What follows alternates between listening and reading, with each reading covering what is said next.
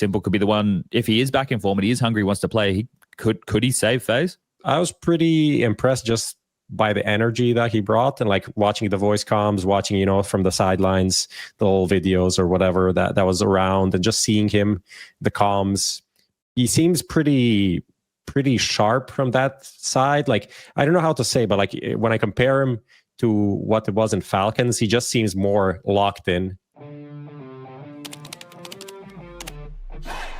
Sell in-game items at the best prices in just a couple of clicks. We are the biggest instant sell service for in-game items like Counter-Strike 2, Dota 2, and Rust. Easy selling process and instant withdrawal of funds to the most popular payment methods. More than 140,000 deals and 50,000 active sellers every month. Use promo code HLTV5 and get a 5% bonus on the sale of your skins. Skin Place. Sell items now. When every move counts, your chair shouldn't hold you back. Top esports players are switching to Anthros for unbeatable support and performance that keeps them in the game longer. Designed to support your unique shape and built with medical-grade components, Anthros is setting a new standard for comfort. Check out the Anthros difference today and get ready to fix your sit, because gaming deserves more than just a chair. It was more than a game. It was everything. Every single emotion on display. Not a moment missed. This was CSGO through the lens.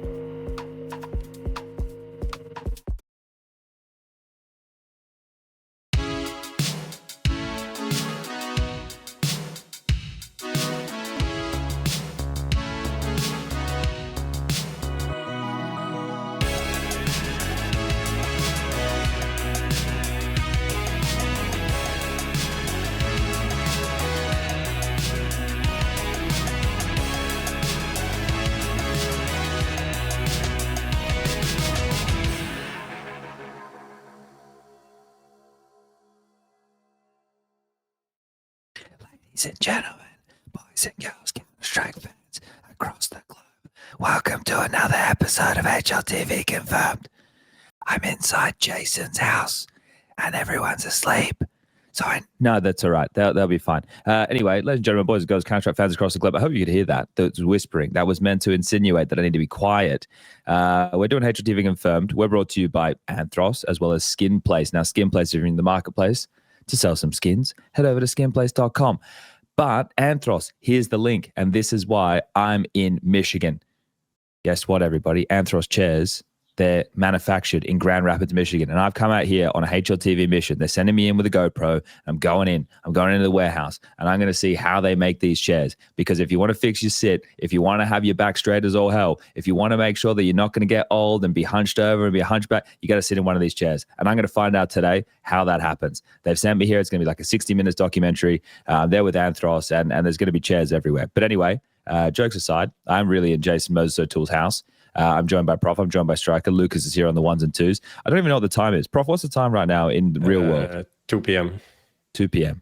Okay. Dad, are you one of those people that can't whisper? Because that's how it sounds. Is that your normal whispering voice? No. I whispered like that because if like you actually whisper, it's gonna cut out, and it wouldn't be picked up, and it'd be like, it's like if you're on broadcast and you're whispering, the noise gate would cut off the actual whisper, and then you kind of have to. Yeah. But you know those people, like when you're in high school and you're like, oh, what's the answer? And the guy would whisper, but he can't whisper. So he's whispering so loudly from like the depth of his fucking lungs. And it's like, you can just speak normally at this point. Yeah. You've kind of missed the point of what the whisper is meant to be. Yeah. Striker, how are you whispering? That's pretty good. Pretty good. 9 out of 10. 9 out of 10. Is that like a journalist like must have? You must be able to whisper in the shadows. No, you just pick very loud places, and then nobody can hear anyway. Nobody can hear. You just have to shout shout like very sensitive information at each other, and then like nobody's gonna hear it. Yeah. Okay. All right. Well, look, we're back with another episode. We've just had the conclusion of IEM Dallas, and now we are a week away from the major kicking off. So the culmination of the season is right around the corner. We've got stage 1 in 7 days' time. It'll be going down in Austin, Texas. So Counter-Strike will be happening for the rest of the month. Now, how did you guys find the time zone with IEM Dallas? Was everything fine with that? I mean, group stage kind of dog. Playoffs fine. That's kind of how it is for all of these tournaments. I feel like, you know, the playoffs you can watch no problem, but group stages can be a bit tricky. I mean, also there's a lot of games, so you just pick the games that you want to watch, and sometimes maybe rewatch something in the next day or whatever. Were you tasked, Striker, with having to do any of the late shifts to do the updates, or because you're the boss, you can just tell the other minions to do it? No, I actually had to relay shifts myself, but it was not that late. Like none of our European people had to stay past like 1 or 2 a.m.-ish. We didn't do like the 5 a.m. ends. Fortunately, we have some NA people who can cover that off, so that helps. That helps a lot. I saw you guys were doing a conference call of some variety. Is that pre-major situation? Yeah, pretty much. Okay. So it's like discussing how you're going to tackle the news, or what the storylines are, or just a general like call out. What I'm interested. Okay. So one fun thing we did, it didn't look very fun from the picture, I have to say. It looked like a very What's a meeting? How fun can it be? It was kind of fun. We did like a little snake draft. Like I wanted everybody, like we have 8 writers, and I wanted every writer to spend like an hour researching like 4 one teams, team, or like 4 teams in total, like 4 teams each, so that we have like a little bit of a data bank or like a document bank with like all the biggest storylines, like histories of player and organization at the major, and like all like basically like anything you would want to know to be able to craft storylines, you know, and build narratives and stuff like that as the major comes along. So we literally will have like a bank of 32 documents, you know, that each will have info about each team, and then we can use that like as the tournament progresses and writes, you know, have like something to just quickly reflect on and see all the storylines, all the interesting whatever facts, all that stuff about the team, and then just dive into that. And yeah, we talked about like some features that are coming up, and yeah, we're gonna have a few things coming up over the next week. Chad, what do you think about this? I had this feature idea.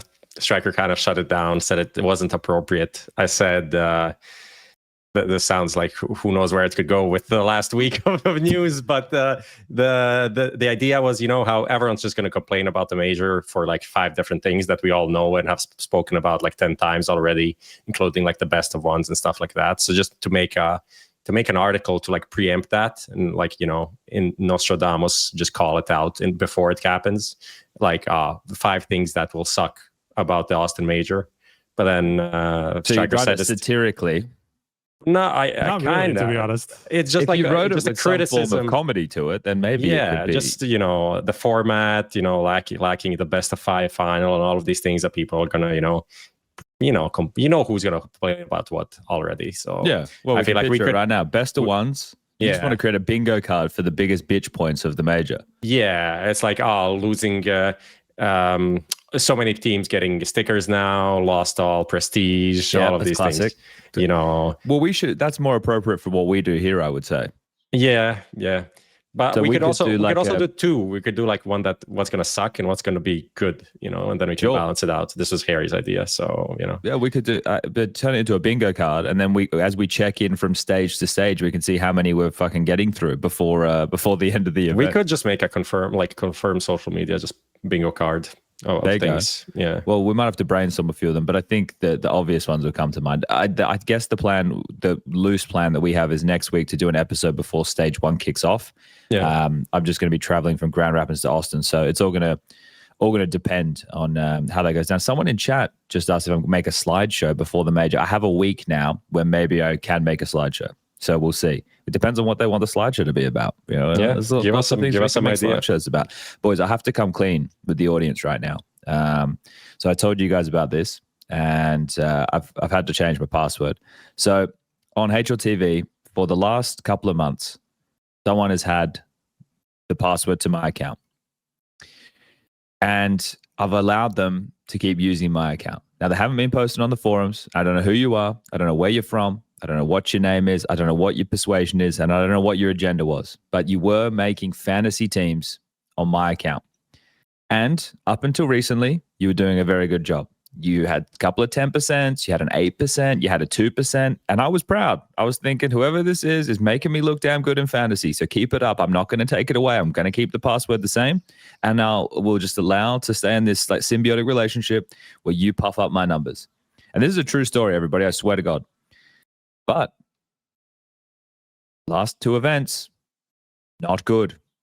48%, 80%, not good enough, not up to the cut. And I've changed my password now. You will no longer be able to represent me in the fantasy field because you've dipped in the numbers. And I don't know if it's because you were trying some things. I don't know what it was. Don't know if you wanted to sandbag me out there for the major, but either way, you fucked it up.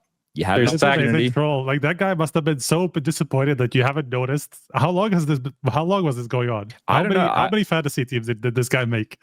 I just want to know the level of effort that he had to put in for you to notice. Because if he only did it for like 2 tournaments, you would never go back and see like, oh, this guy's like, there are some weird fantasy teams, you know. So he had to keep going until you notice. I'll have to check right now. Like, so the thing is, I kept getting the notifications popping up, and it was like, oh, you can set your boosters, and I'm like, I didn't make a fantasy team. If HLTV just started pushing this, like, have they just started pushing it even if you don't have a fantasy team?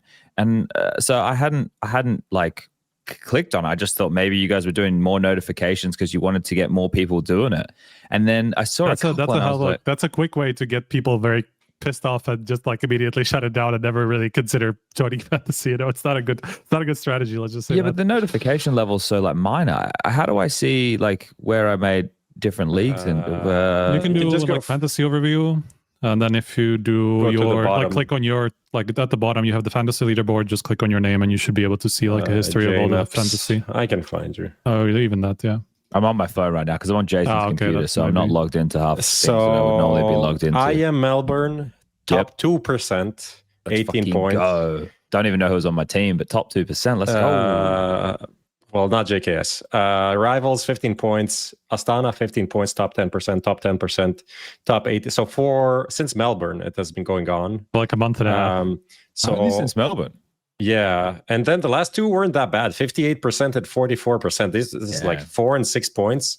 I would say that's pretty solid. But yeah, I guess the expectations of the club, of the fans, the J-Nups, Ultras, you know, they only want the first place. They're not going to settle. They're not going to settle for any of this middle table bullshit.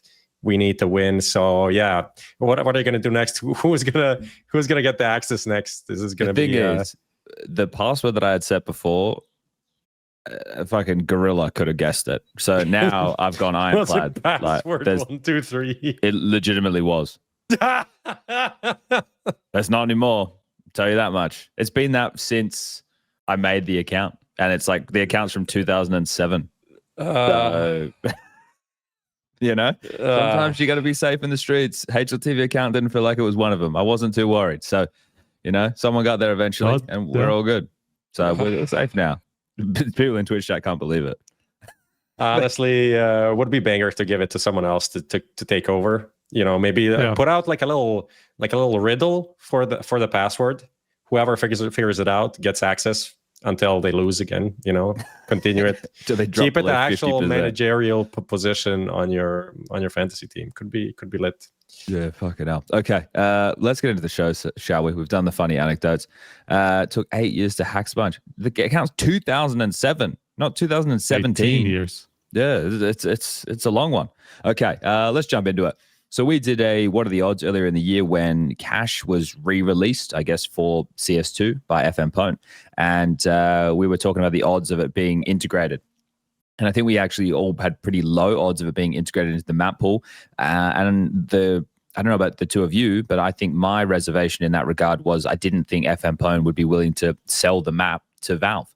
Apparently, that's changed. And I even got wind of that a couple of episodes after we did that one. Like I'd heard something had changed out there, and I think I made some offhand remark, but nothing in too much detail.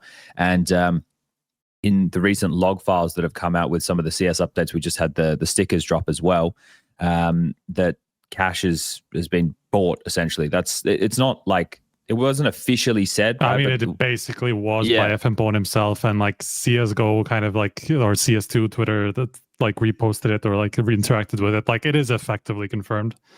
Yeah, with the tweets that came out and then the back and forth, it does seem like Cash has been purchased now by Valve, which is the new I guess, mantra as far as maps is concerned that they're going with. We saw that happen with Anubis, and one of the reasons that Valve, at least I understand, would want to be doing that is so that they have access over being able to make the changes. They don't need to wait for the map developer to do it themselves.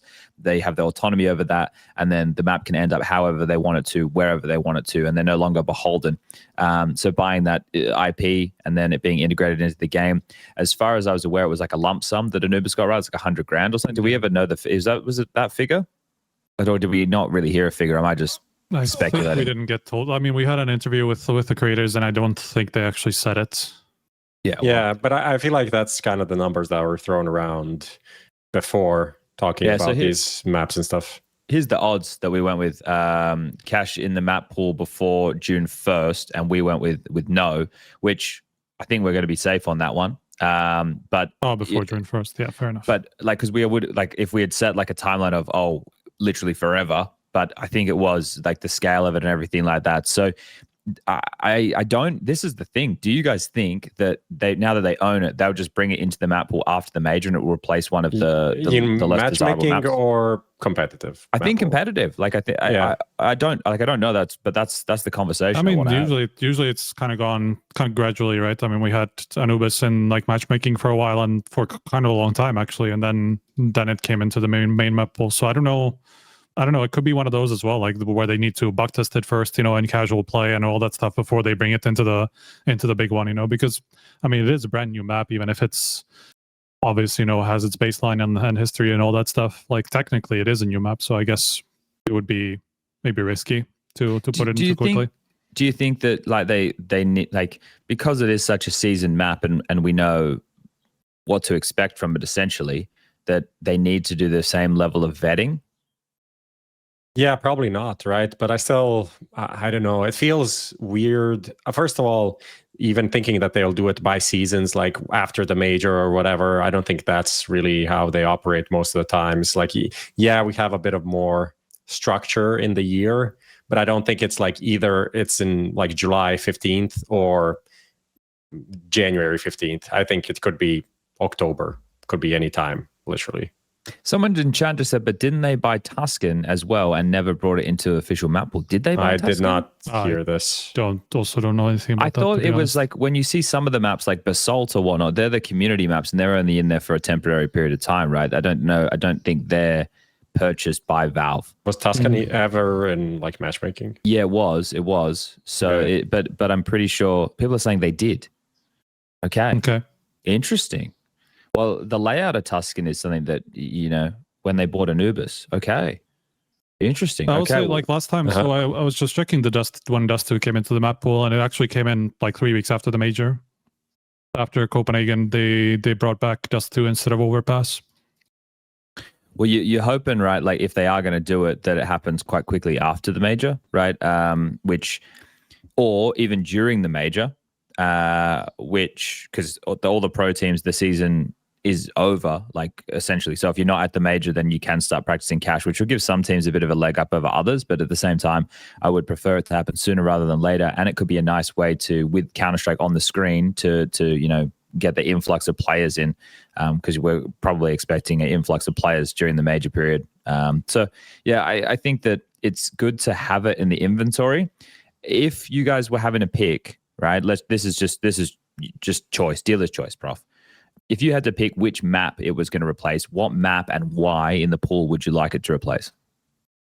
Inferno, 100%. Is it just the pace of Inferno that you don't like? Bro, watching the final, I was so bored. It's exactly that. There's just so much dead time, and not dead time in the build-up, but post the build-up, which is like, okay, we're waiting if someone's going to execute. Okay, that can be boring, but there's also rotations or whatever. But like when people get the bomb site, then there's like 40 seconds of people being in like ultimate trying to find the kill is dog shit. So I would pick that, honestly.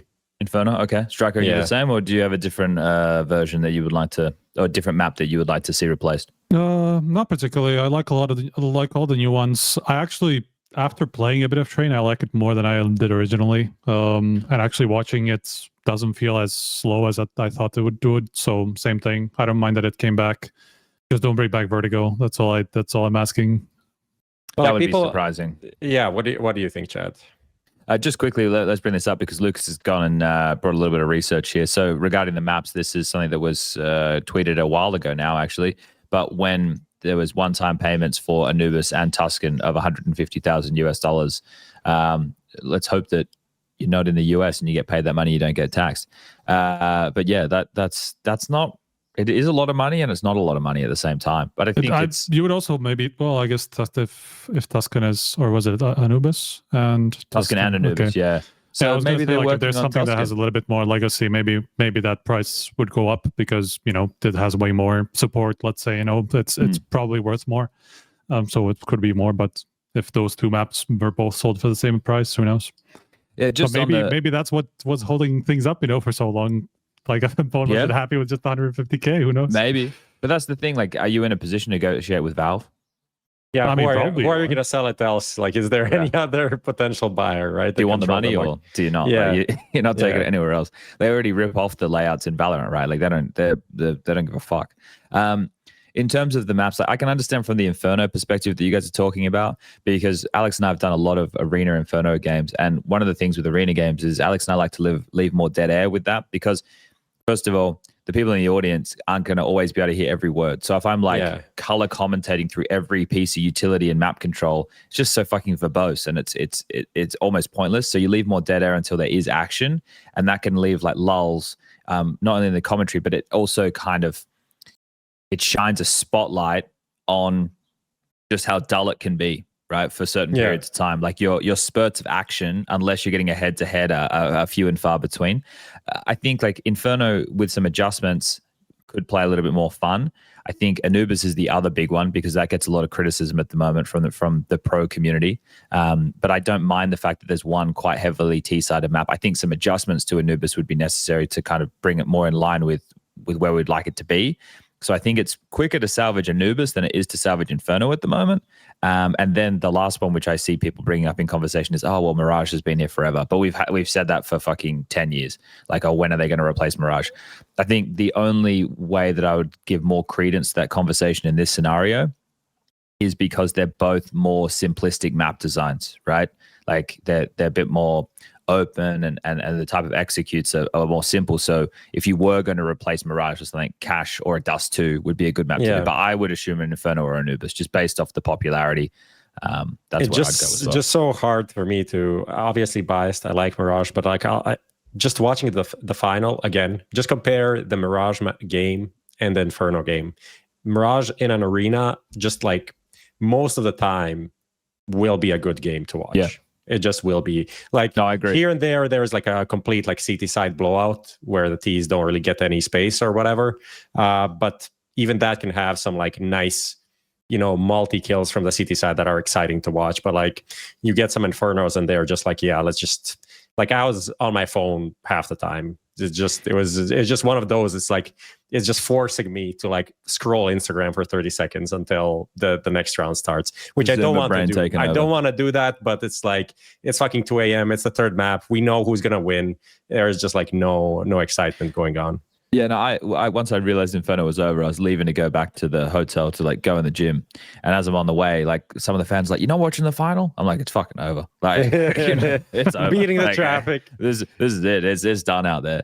But I think that's another sentiment as well that Alex and I in the cast try to get out there. It's like Inferno, it's tactical. There's nuances there, but it's only going to get exciting once we get to overtime or once we get to 11-11, right? Because now we have to go for retakes. Now it's going to get a little bit more of that pump. So yeah, I think as well with Valve's rule set, maybe someone in chat can help us here, or maybe Striker, you know, are we still doing 10K overtime at majors? I'm pretty sure we are, right? I have a feeling like in Shanghai it was 12.5, but it could be that they did it wrong and then they fixed it. I can't remember those specifically. We could check the rule book, right? I'm not even sure if it is in the rule book. I can check just quickly. If it's at TO discretion, then I'm not even upset with that, because I think Blast used 12.5. They were the first. Yeah, Lucas? I'm pretty sure the rule book says you have to use like the competitive files. Which is 10K, right? Which is 10K. Yeah. So I'm hoping that we can get 12.5, and maybe you're right. Maybe they did do it wrong in Shanghai. Yeah, but either way, all server convars are to be set to premier defaults. it needs to be 12.5. it definitely needs to be 12.5. And also the other one that Prof is saying people will be complaining about during the major. We need to get to best of 5 finals now. The fact that the biggest event of the season is a fucking best of 3 final. Anyway, that's a conversation for another day. We don't want to get stuck into that right now. Yeah. Everyone knows it. We know it. If the Mesa Nomadic Masters can have a best of 5, then the major should. It's just how it is. This is one of those things I was talking to you guys in the chat about it earlier in the week, was to do with third place playoffs that PGL have brought in. I think that needs to become, I think that should be for almost every tournament. And I see people like, oh, why don't these other tournaments do it?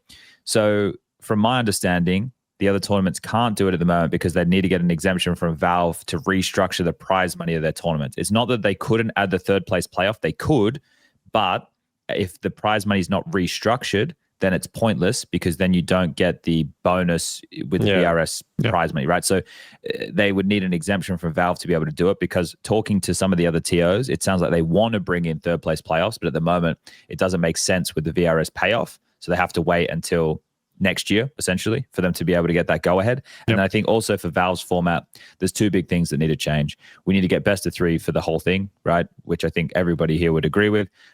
Even though I'm not the biggest best of 1 hater, but I still think if everything else is best of 3, then they should definitely look to do that. A best of 5 final. And then you do a third place decider match for the major as well. And the way that you add more gravitas to that is, for the players, you now have a third place in-game medal. Like, do you understand how much they'd be frothing at the mouth for that? Like that's what they already half get of the dream top floors, is. Right? Like semifinalist, bike ones and stuff, right? So, but I think, as much as historically, I don't think they really had too much weight. We see that in things like the Olympics, like people do care about the medal, and I feel like majors probably are going to be somewhere in that same discussion, right? For people and how important better than a show is. match. Yeah, that's 100. That's the biggest selling point for me. First of all, you also guarantee that the 2 semifinalists who lose will get another game in. So actually, if people pay to see a certain team, just more likely for you to see more games of the team that you want, and so you're more likely to turn up for the final. You're probably going to stay there, because if you're going to turn up for the third, like, why not stay for the final too, and all that stuff. I think it's just a better way to fill the time, than just like a random show match. It's not like 100%. Show matches have all been shit. That some of them actually have been kind of fun and all that, but it's just a better match. I think it's hard to formulate a strong show match, because the best show match in my mind possible is an all-star match where you'd have to exclude the players in the final, right? And to do an all-star match properly, you would need to then incentivize the players to play properly, as opposed to just buying fucking Zeus's. You want an FPL pug, not a recent FPL pug for all you new viewers, an FPL pug from like 2016 where we had all the best players. That's what you want, but you want there to be like a scale of prize money between the two where, they're starting to win like, highlight of the match, right? So you get like some crazy, like simple fucking moments, like people going nuts, like for retakes or shit, or the winning team gets this much more, or the highest fragger, or something along those lines. And you incentivize them to put on a show. You want showman players in a show match. Anyway, we're on format talk, and that's not what we're here to do today. We'll save this for another day. I don't know how we devolved into this conversation, but it's a good conversation, though. Some of the fun Cash stuff is coming to the topics. Okay, let's jump into the next piece of news, because obviously the last show we did was before the Astana playoffs. Since then, Astana playoffs had concluded, and then we also had finished IEM Dallas. So a Counter-Strike for a week and a half, essentially. Now, Astana did conclude with Spirit winning, which I think, in my opinion, was mandatory for them going into the major. And I feel like it was mandatory for Donk, based off of his reaction in the post-game interview with James. He wasn't a bundle of joy, but I've already spoken about this, and I want to get your guys' opinion on the take, because I look at it and I say, okay, well, he's a young man, right? He's only 18 years of age. He's also not a native English speaker, and he's always been a bit more understated of an individual when he's saying things in English. It's quite rare to see him overjoyed or whatever, unless he's winning the major and talking about getting chicken nuggets from McDonald's afterwards. So I think that when you saw him make the comments about, the crowd's here supporting you, and it's like, I don't care. I think that's a lost in translation moment. I don't think he doesn't care that the fans are cheering for him. I think he very much cares that the fans are cheering for him. I think that that's the reason Spirit weren't there. I don't know about him specifically, but at least the team went there for a very specific reason. I mean, it is the closest they can get to a home crowd, right? Yeah, but my interpretation of it is you having to read some layers deep, but I think, disappointed with the team's result in recent times. And he's always just had this, we win as a team, we want to win, right? And I think that's essentially what's being exuded from him there, but it just comes across poorly. It comes across like, oh, he's not thankful for the fact he gets this support. He doesn't appreciate the people who are cheering for him. I think that's how it was interpreted by some, which is fine. Like people are happy to have their opinions, but how did you guys interpret the donk reactions post game? I mean, kind of similar. I feel like he was just kind of tilted, right? That's it. It's not like I don't care about anything else, but like the thing that I care about is not good. Therefore, he's just emo, and you don't really get the positive effects that you probably should from the moment and everything, because he's just like, yeah, this is the progress and the goal of a major is like we're not really there. And that's kind of, I mean, it's not a good thing in general to not be able to enjoy the moment, but that's something you need to, it doesn't come naturally to everyone. Like he's 18. I just want people to remember what they were like when they were 18. I mean, I'm 34. I also don't really enjoy the moment ever. Like I'm always like, either I did shit or whatever I'm doing needs to be better for the future. And so I completely understand that. I mean, probably if I was on the stage winning a tournament, I'd be kind of happy because I can't really do that. But he does that all the time, right? So for him, it's not that new, right? You also have to think of it from his perspective. Like his whole concept of Counter-Strike and achievements is completely broken. Like it doesn't make any sense. And even to every pro player, it doesn't make sense. Like he's barely tasted bad results in his career. I mean, he has a major when Nico, who's been in the scene for 15 years or whatever, doesn't, and it's like, so like for him, alone is like crazy, I guess he is the first player to win a tournament and be unhappy. That's honestly never seen that before, but it kind of makes sense when you consider like, yeah, what is his worst? Like he has like 2 group stage exits in his tournament in his life. Everything else is like playoff, semifinals, won a bunch. Constantly, individually, always playing well, so he can't even be disappointed. Like he had like 1 or 2 mid tournaments. That's it. He's just living in a completely different world to all of us. Yeah, I think even if you do take him at face value there, and he's not happy, I guess he can win however he wants to win. So that's another part of this, right? It's like I think if they had the same framing at Team Spirit of what we had from a community, winning was the only option. And it didn't feel like nothing to be excited about. And for them, even if it was winning very confidently was the only option, they take it even a step further, or at least hit it. So that's it's interesting. Oh, fair enough. Well, I guess we can talk a little bit about the highlights of Astana, because not all of the storylines from Astana played into Dallas, right?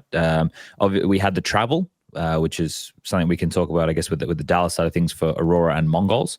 No, not MongolZ, sorry. Aurora and Furia. That's the one, Furia. So Furia were on debut with their new kind of international roster. We already touched upon that from the group stage. I don't think too much of that changed really with the Dallas conversation or the playoffs for them in Astana. For me, it's really just the Astralis story, and then maybe a little bit more so because I don't know the origin of the interview or the question with HooXi about not being signed with Astralis. Is that a surprise? Like, I mean, we knew he was only they did officially say he was only a stand-in. He was not on a contract or anything like that. The org's in trouble too, so it's like I don't think you'd want to be signing any new players at the moment, even though he's the best thing to happen to that team in a long while. I don't think you just have the cash to be throwing around in that sense. And if you're HooXi too, it's probably a good idea to keep your options open throughout this tournament break period, because you might get a better deal than playing for Astralis, or your value might go up and you can get more money out of this too. Obviously, you'd want to secure your future.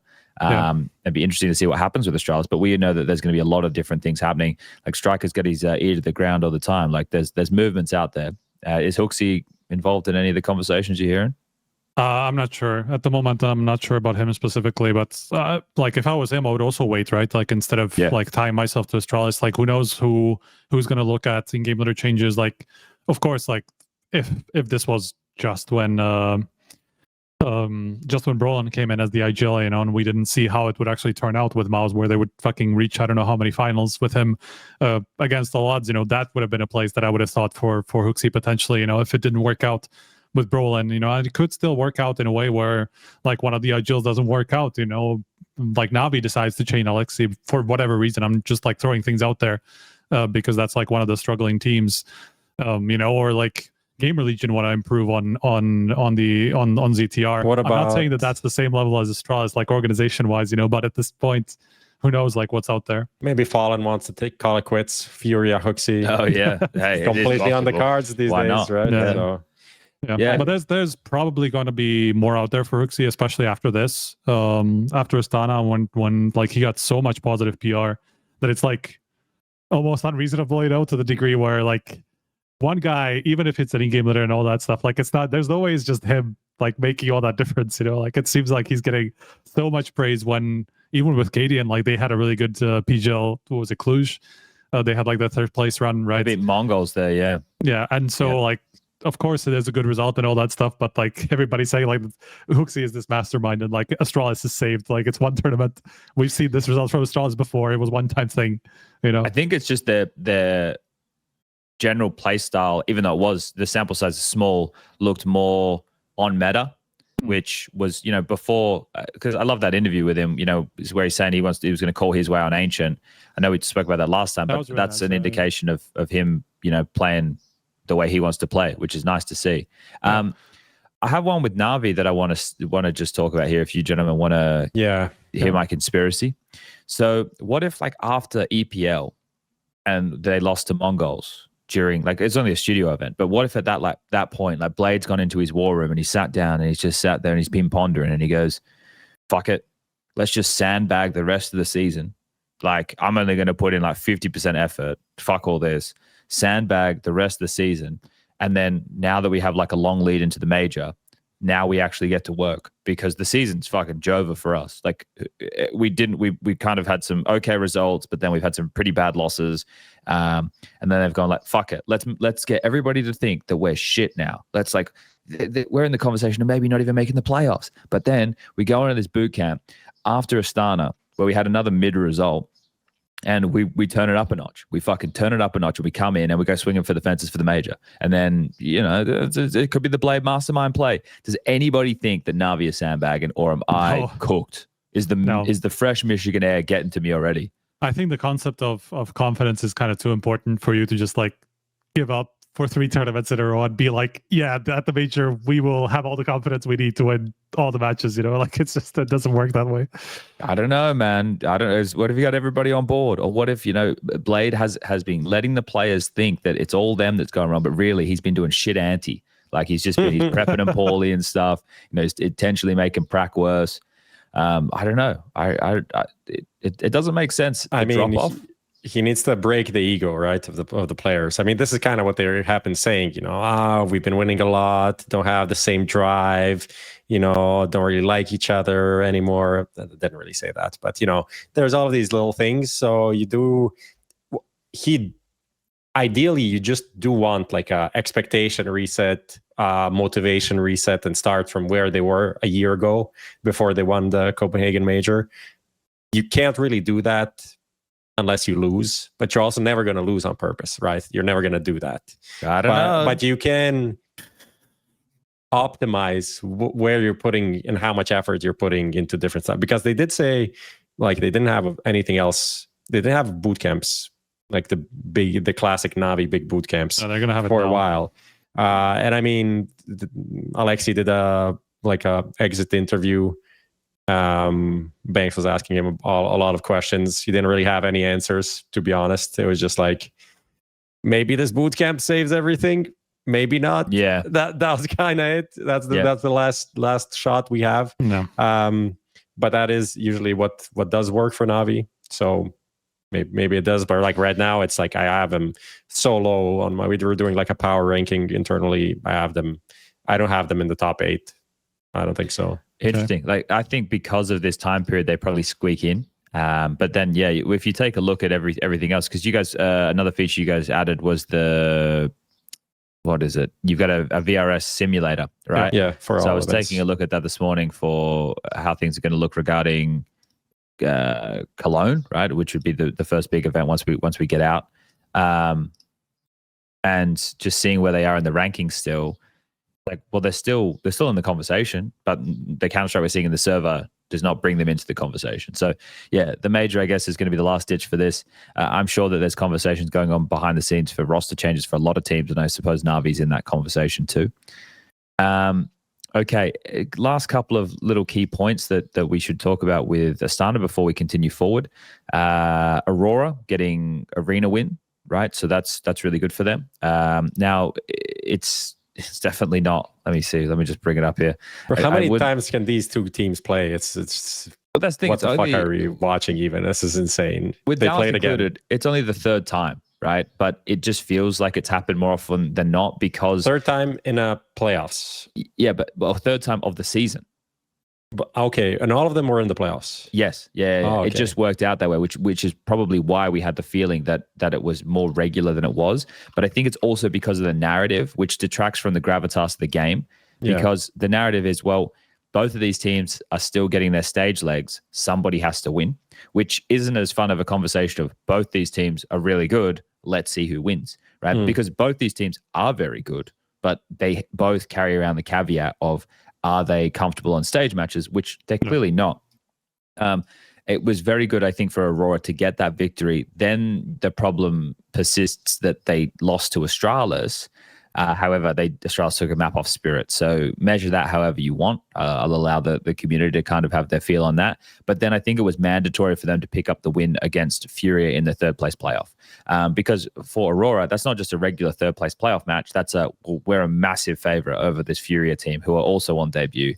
We can't lose to Astralis and Furia. That would be a terrible look. Like that would be a really, really bad look. So I think that type of a win is really good for the Turks.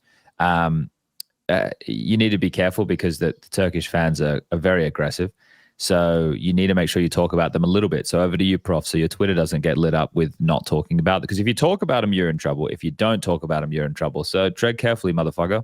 I mean, I already had the Argentinians the last week, so they should get in line, if there's any complaints. But no, I mean, it's kind of more than, are we talking about in general, but also about Dallas? Or? Do you think? Well, you can intertwine it, but do you think those wins are actually recognizable wins? They're I think in the top. They're good, but not good. And I feel like you have like the top 4 teams, and then you have below that a few of these like MongolZ and Aurora that are really good. Will probably make playoffs all the time, but won't challenge for the title. That's where they are, and that's where they have been for the last 6 months. And nothing really changed, to be honest, throughout the thing. I've been seeing like some conversation about the calling and major and stuff like that, but I think like one thing people don't maybe consider is like he has the pieces that he has. I think the way they play is the way that suits the players the best. And with that, same with MongolZ, they have a national team that is consistently making playoffs. And I think that's realistically all you can ask for. You think that's the cap? I think that is kind of the cap. And I think if people want them to play like some super in-depth, every individual is doing their own plays, I don't know if like a Jota and Wucadia can have that level of autonomy and make good decisions. I think that's where the limitation is for the team. And if they can, then they should recognize that and also like push for that. I don't think this is a case where Major is like, no, I need to tell you everything you need to do on the map 24/7, because I don't think anyone wants to do that. And that's not really how the top IGLs play today, right? Obviously, it would be nicer if you had less things to think about and more brain power to just frag, which sometimes he does frag pretty well, sometimes not so well. I think he's just like, these guys outside of Zantares and Woxic, like the other two guys, still pretty green. And I don't, but they're also super important. So it's like, I think that's where the struggle is for Aurora. Like, can these guys, like Wicadia has been having some pretty good tournaments, some like especially in the playoffs. I think he's great. Like, I think he's very, very impactful, and in some of the high pressure games he can have good performances. I think Joda has bigger swings though. Like, for example, on that second map against the MongolZ, they were all look mentally dejected, but he was like 0-8 or something at one point. He wasn't getting into the game, and you can tell that Joda's he's a hype guy for the team. But he also seems quite emotional when things aren't going for them. So that is something that needs to be worked upon, I suppose. Yeah, so it's on those two guys mainly. And I think also Xantares, like he has not been in the playoffs anywhere near where he should be or where the Turkish fans think he is, right? So I think they need more consistency, like high quality consistency from him if they're going to be like taking down these big teams. Like HooXi is actually pretty serviceable. I feel like nothing really to talk about there. It was his performance in Astana that helped him get across against the MongolZ, right? So, all right. Strike, you got anything, or should we jump forward? No, I think we can keep going. Okay. All right. We're going to get into Skionainaire. This is the time for everybody in Twitch chat to type skin place. If you're just joining us for the first time, welcome. This is HLTV Confirmed. This is a talk show about Counter-Strike. We do some fun segments, and this is one of them. Who wants to be a Skionainaire? You type skin place in Twitch chat right now. That's a raffle ticket for you to enter the draw. We're going to do 5 questions, multiple choice, and each question that we, the panel, get correct is going to move the slider up by 1. You, the entrant into the raffle, could potentially win a $50 skin. However, if we fuck it up, you might get a $2.50 skin. So you live or die by the sword. Better than nothing. It is better than nothing. You watch for free. Oh, was that a doorbell? What could have been a doorbell? Damn. Okay. The milkman. I'm directly above the front door, so we'll see what's happening. All right. I don't have the Skionainaire link, so Lucas, can you pipe that forward for me so I can get clicking? Who's going to be participating in this? All of us? I would say Striker. I know the answers, so I can't. Okay. Striker, are you happy to take on the gauntlet today? I fucked it up last time, so my confidence is low. Let's go. I'll assist the best I can. It's a diabolical one, Prof said, so let's just see. Yes. What's the theme this week, Prof? It's a visas issues and replacements. Great. Wonderful. Okay, let's go. Sounds like this is going to be devilish. Okay, this first question. Is BESTIA the worst team ever and doesn't deserve to... Oh my God. Wait till that gets misquoted by Draft 5. Okay. Skin place, Skionainaire. Question number 1. After 9 pandas were replaced at Copenhagen Major by which team? Amcal, Gamer Legion, Saw, or Koi? And Gamer Legion. We'll be locking in B. Gamer Legion. Correct answer is a layup to start. Oh, that's what this is. Did I hear? Oh, it's coming from Chad's speakers, I think. Oh, yeah.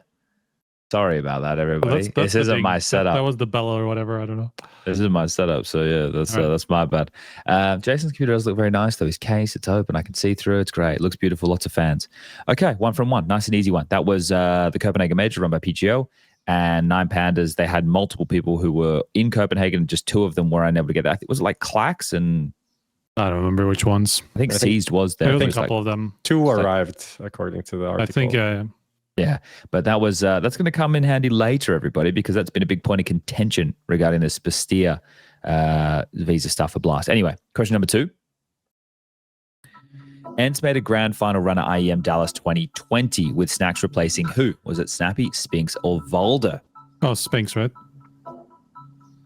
It was Spinks, right? I'm just looking to use chat for like at least confirmation. I think it was. It was Spinks. I think it was Spinks. Yes, that would make sense. 2020. That's not 2020 though. This 2020. 22. Yeah. Well, it says 2020. I'm just reading the question. I mean, there was no IEM Dallas 2020, so let's just say Spinks. Oh, I think Jason's outside mowing, or there's someone mowing. Sorry, everybody. Right. There's a lot going around here. So the question should read 2022, but regardless, we're going to lock in B Spinks. The correct answer is B Spinks. That's when they made it to the final, right? Yeah. They lost to Cloud9. Yeah. That's part of the question. And Jack was out. Sorry, I'm discombobulated. It's early in the morning. Jack was out on stage lifting the trophy. I didn't love that. And there's dogs, Mara and Reagan. And I also want to stop the audio coming through. I'm going to mute this tab. All right, mute site. There we go. Great. Okay. Question number 3. So far, it's not so diabolical. Which of these players didn't make it to IEM Sydney in 2023 due to visa issues? Jimmy, Nafany, or ropz? Well, definitely wasn't ropz, but I'm trying to remember. Who was Nafny playing for at the time? In 2023, was it BetBoom? No. It was Jimmy, no? BetBoom always have these issues. Jimmy, they did have a couple of like stand-in situations, right? There was one of those situations. For some reason, like this completely. Like my guess is Jimmy because it just like rings a bell somewhere, but I can't. For some reason, I can't remember this. I think it was Jimmy because I remember this was in we were doing the media day. No, that was not the first. Someone stood in for them. It wasn't the Zelex guy. It was the first CS2 tournament, right? Oh, this was where the guy who's on OG now. Fuck, what's his name? What's it? Prison? No, or the other one. But it is Jimmy. It is Jimmy, right? Yes. I want to find the guy's name now. He was like a Belgian player, right? And I remember he had like a highlight on Nuke or something. Nexius. Nexius, that's it. Yes. Right. So we got there in the end. Okay, but it is Jimmy. Okay, 3 from 3. This is going all right so far. This isn't too crazy. It's not too kooky. Everything's handled. There's like something's coming. This is the trapdoor right now. Yeah, it's going to swing wide open and we're about to get slapped in the face. Okay, question number 4. Which of these players didn't make it to Blast Premier Spring Final 2024? Was it Donk, Magix, both, or none of the above? It's both. Because they had Baz stand in and Hallie stand in. This is not Spring Final. That you're talking about groups. None of the above. I think they both. It's a trick question. They won this tournament, bro. It's a trick question. None of the above. Why are they doing that? Because that was groups. The semantical questions suck, but it is making us talk about the fact that Donk and Magix did miss the groups at the start of the year. That was last year, right? Yeah. Because visa issues, and they had to use Hallie and Baz. Yep. Yeah. No, but this is not. They won this tournament. So it's none of the above, but it's a trick question because Donk and Magix did miss the Blast event. All right, well, fine. You tried to get us, Dimitri, but you fucking didn't. You didn't get us, and you're not taking us alive. You know, what's funny is like it's never none of the above. Like you know that's just there to fuck with you, but this time it actually is. Okay, well, 4 from 4. Let's see. Can it be the clean sweep? Can Striker get his confidence back after last week's fumbles? The 5th question is, per chat GPT, oh dear, s1mple and Bondic were replacing Markaloff and World Edit in Flipside at ESL 1 Cologne 2016. Chat, is this true? Oh my god. No, Cologne 2016. He played for Liquid there, yeah, bro. He did. Yeah. No, not true. Why is chat GPT lying? Why is it lying to us? Well, we're going to lock in no.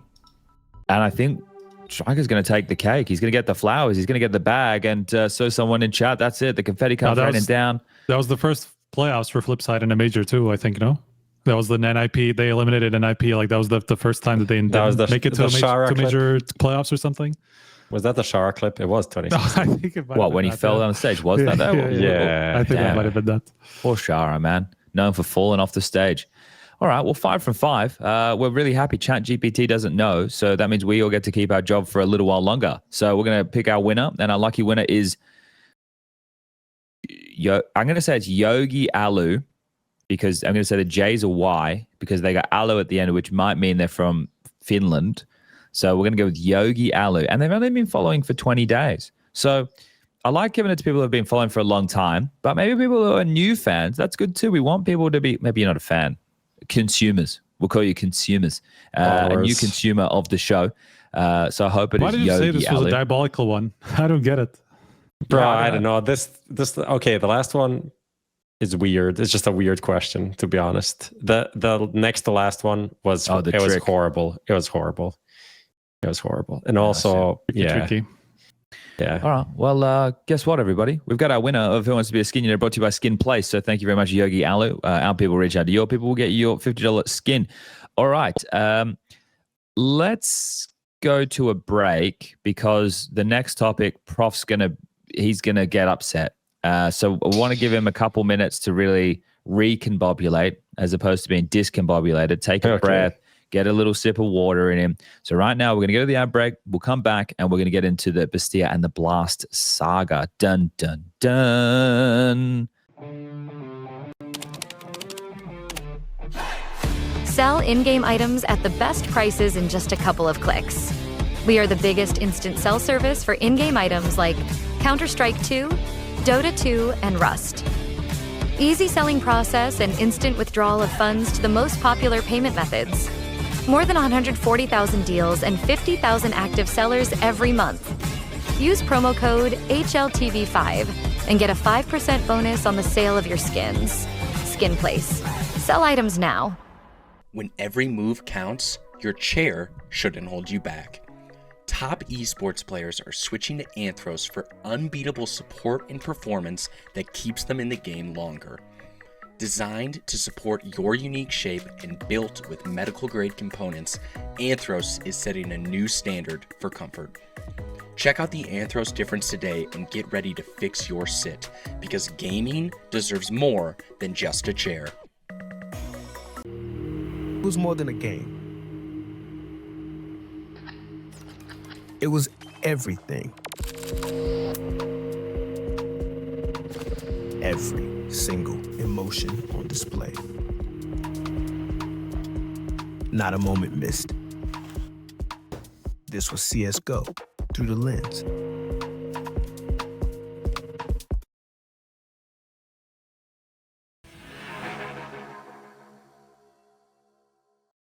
All right, we're back from the break and we're ready to keep the show going and flowing. We're still in the recent news, and I saw someone say talk about s1mple and SunpayUs to G2.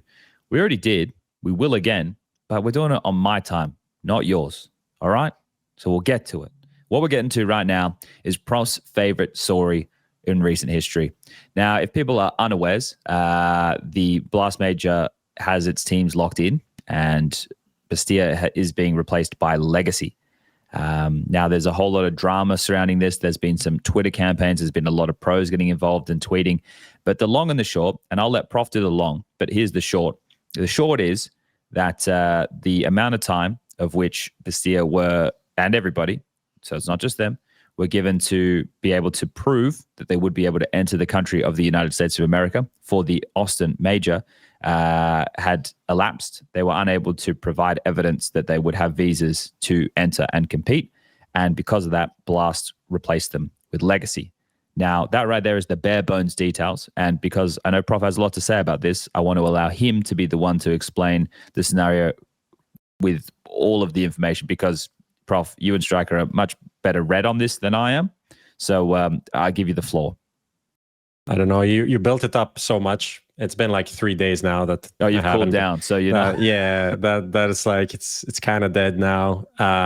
Let's bring it back up. Just like Bestia's chances to play the major. Don't do dead that. now, of course. They're still hoping.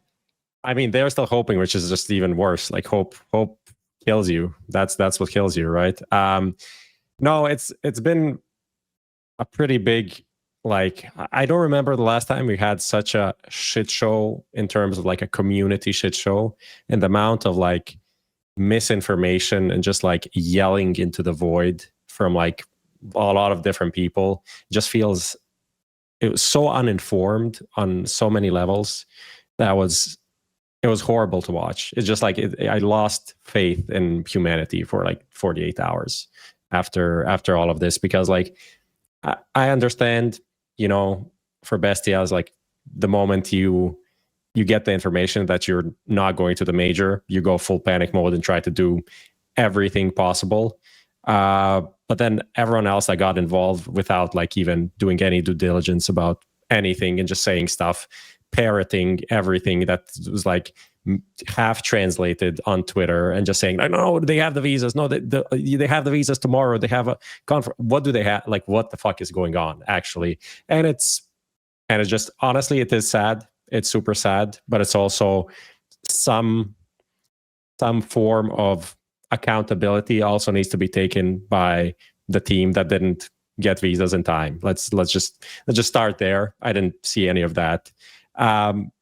It's also like the longest we've ever had for a team probably to get visas. Like, it's, you know, as much as we want to compare it to 9pandas, that was a lot shorter in time, and also really fucked over a lot of things, including, I mean, do you think, Chad, it makes sense to fly out half the team to the event and wait until 48 hours before the event to see if someone can play? I don't think that's like do you think that's a reasonable expectation? I think it depends on a couple of factors, right? So obviously the Russians entering Denmark with the political tensions. Let's keep it there. At the time, right, because we're having to go back a year now. I think, you know, the coin toss nature of that situation, if it's easy to fly in another European team like it was for Gamer Legion, and for Gamer Legion, like, you know, they're going to jump at the opportunity, and whoever the team to replace BESTIA, which is Legacy, would have done the same. I think that I'm kind of torn in two different minds right now. One, I hate to think that the deadline is 2 weeks ahead purely for the basis of stickers. If that is the reason that the deadline was when the deadline was, is because they wanted to push the in-game content as early as possible, I would hate for a team to miss the major because of that. I think once you start to factor in even BESTIA's legal representation saying that they started to do the visa process incorrectly, which is potentially what did add to some of the delays of them not getting it on time, then that's where they needed to start taking accountability for making the wrong choices in the lead up. But I will say that's one of the things that BESTIA says didn't happen. We didn't see the communications. Like, we don't know who's... But didn't their own legal representation say? I mean, that's that was what the BLAST case? is claiming. I don't know if BLAST is claiming that their legal representation did, but BESTIA said that that's not true. You know, so I don't. Who knows? Who knows where the truth lies? Because nobody gave us any actual proof of this being the case. Okay. Well, that right there, that I guess the jury is literally still out on that, because apparently BESTIA are threatening legal action, which I don't even know what you're hoping to achieve with that, especially once Valve have signed off and have agreed with BLAST's stance. And I also think that if you're BLAST, you want to make sure that, you know, Big Daddy Valve takes the hit, and if you're Valve, you want to make sure that BLAST takes the hit. So there's like some version of responsibility, and Valve don't communicate, which is great. Don't get me wrong. I love the way Valve do things. I know people within the community hate it, but the reason that we have the best game in the world and all the other ones fucking suck and things are falling apart is because of the way Valve do things. So anyway, don't get me on that fucking soapbox right now. I'll save that. But yeah, I think it is a shame that if the only reason that the deadline was as short, I guess it's as long, I don't know, which way do you want to frame it? If the deadline was when the deadline was, is because of pushing stickers, I don't think that is a great reason, especially if they are telling the truth, and now, like, within the span of 2 days later, they had their visas. That sucks, especially for an underrepresented country in the major circuit, and for players who, it's not like they're mainstays, because that's a Counter-Strike player's dream, is to get the opportunity to play at a major. And I understand there's a lot more that goes into this than merely, you know, they didn't get their visas. There's more that goes into this from both sides. It's just a shame for the players, really. That's the part that I have the hardest time wrangling with mentally. I agree with you on the timeline thing, because I think replacing a team at a major should be the absolute last resort. Like, it should be like unavoidable, literally, like, for you to replace them, you know. So what we saw, of course, like, again, I agree with what Prof said about like how long they had and all that stuff. But, you know, if there's any sort of indication that it could be, you know, resolved in time, like, you can keep pushing that deadline. I mean, BLAST chose it, whatever it was, 5 days before the actual deadline. They said that's when they communicated it, right? And so, like, why not then set it a little bit later? Like, there's, like, Legacy even said themselves they're ready to. They had all the visas. They were even spending some time in the country. Like, they could have been on call until 2 days before the tournament to say, like, at that point you just make the decision, right? So, like, from a perspective of when the deadline was set, absolutely way too early for comfort. You know, like, it's really is taking away somebody's dream, and it's like for somebody not to be at a major just because they didn't have it 10 days or whatever it is before the tournament starts. There's logistically, from all kinds of perspective, it is absolutely 100% possible for you to fly a different team out to the tournament, and one that you can, you know, get sorted even in whatever 2 weeks ahead of time, just to make sure that they're actually on the waiting list, saying like, okay, at a moment's notice we might tell you, like, you can come to the major like 2 days before. Any team who will be said, who you will say that to, ready for that. Yeah. They would be ready. They would make sure that whatever is going on in their lives, they'd be like, okay, we will make sure that we're going to be ready to go, especially if it's like a Legacy or whatever. Like, I mean, anybody who you'll say you can be at the major, possibly just you have to wait for another week or so, they will make everything happen for it to be possible, you know? So from that, it 100% feels bad. I do agree with all the criticism about that it was way too early, and then like that it was avoidable, and we see now that it was definitely avoidable because they got the visas. Like it still is physically possible for them to travel to attend the tournament and all that stuff. But, I mean, with that said, I still have a lot of problems with what BESTIA is disputing actually in this whole thing, because their base argument is the whole when BLAST told them what the deadline would be. But from my perspective, like, okay, so what if BLAST told you about the exact same deadline a month ahead of time? Would you magically have sorted the situation earlier then? Because if so, then that kind of implies that you fucked up. You did fuck something up, and it is on you, and you didn't pull all the stuff that you tried all the way at the end to try to do some back channeling and all that stuff.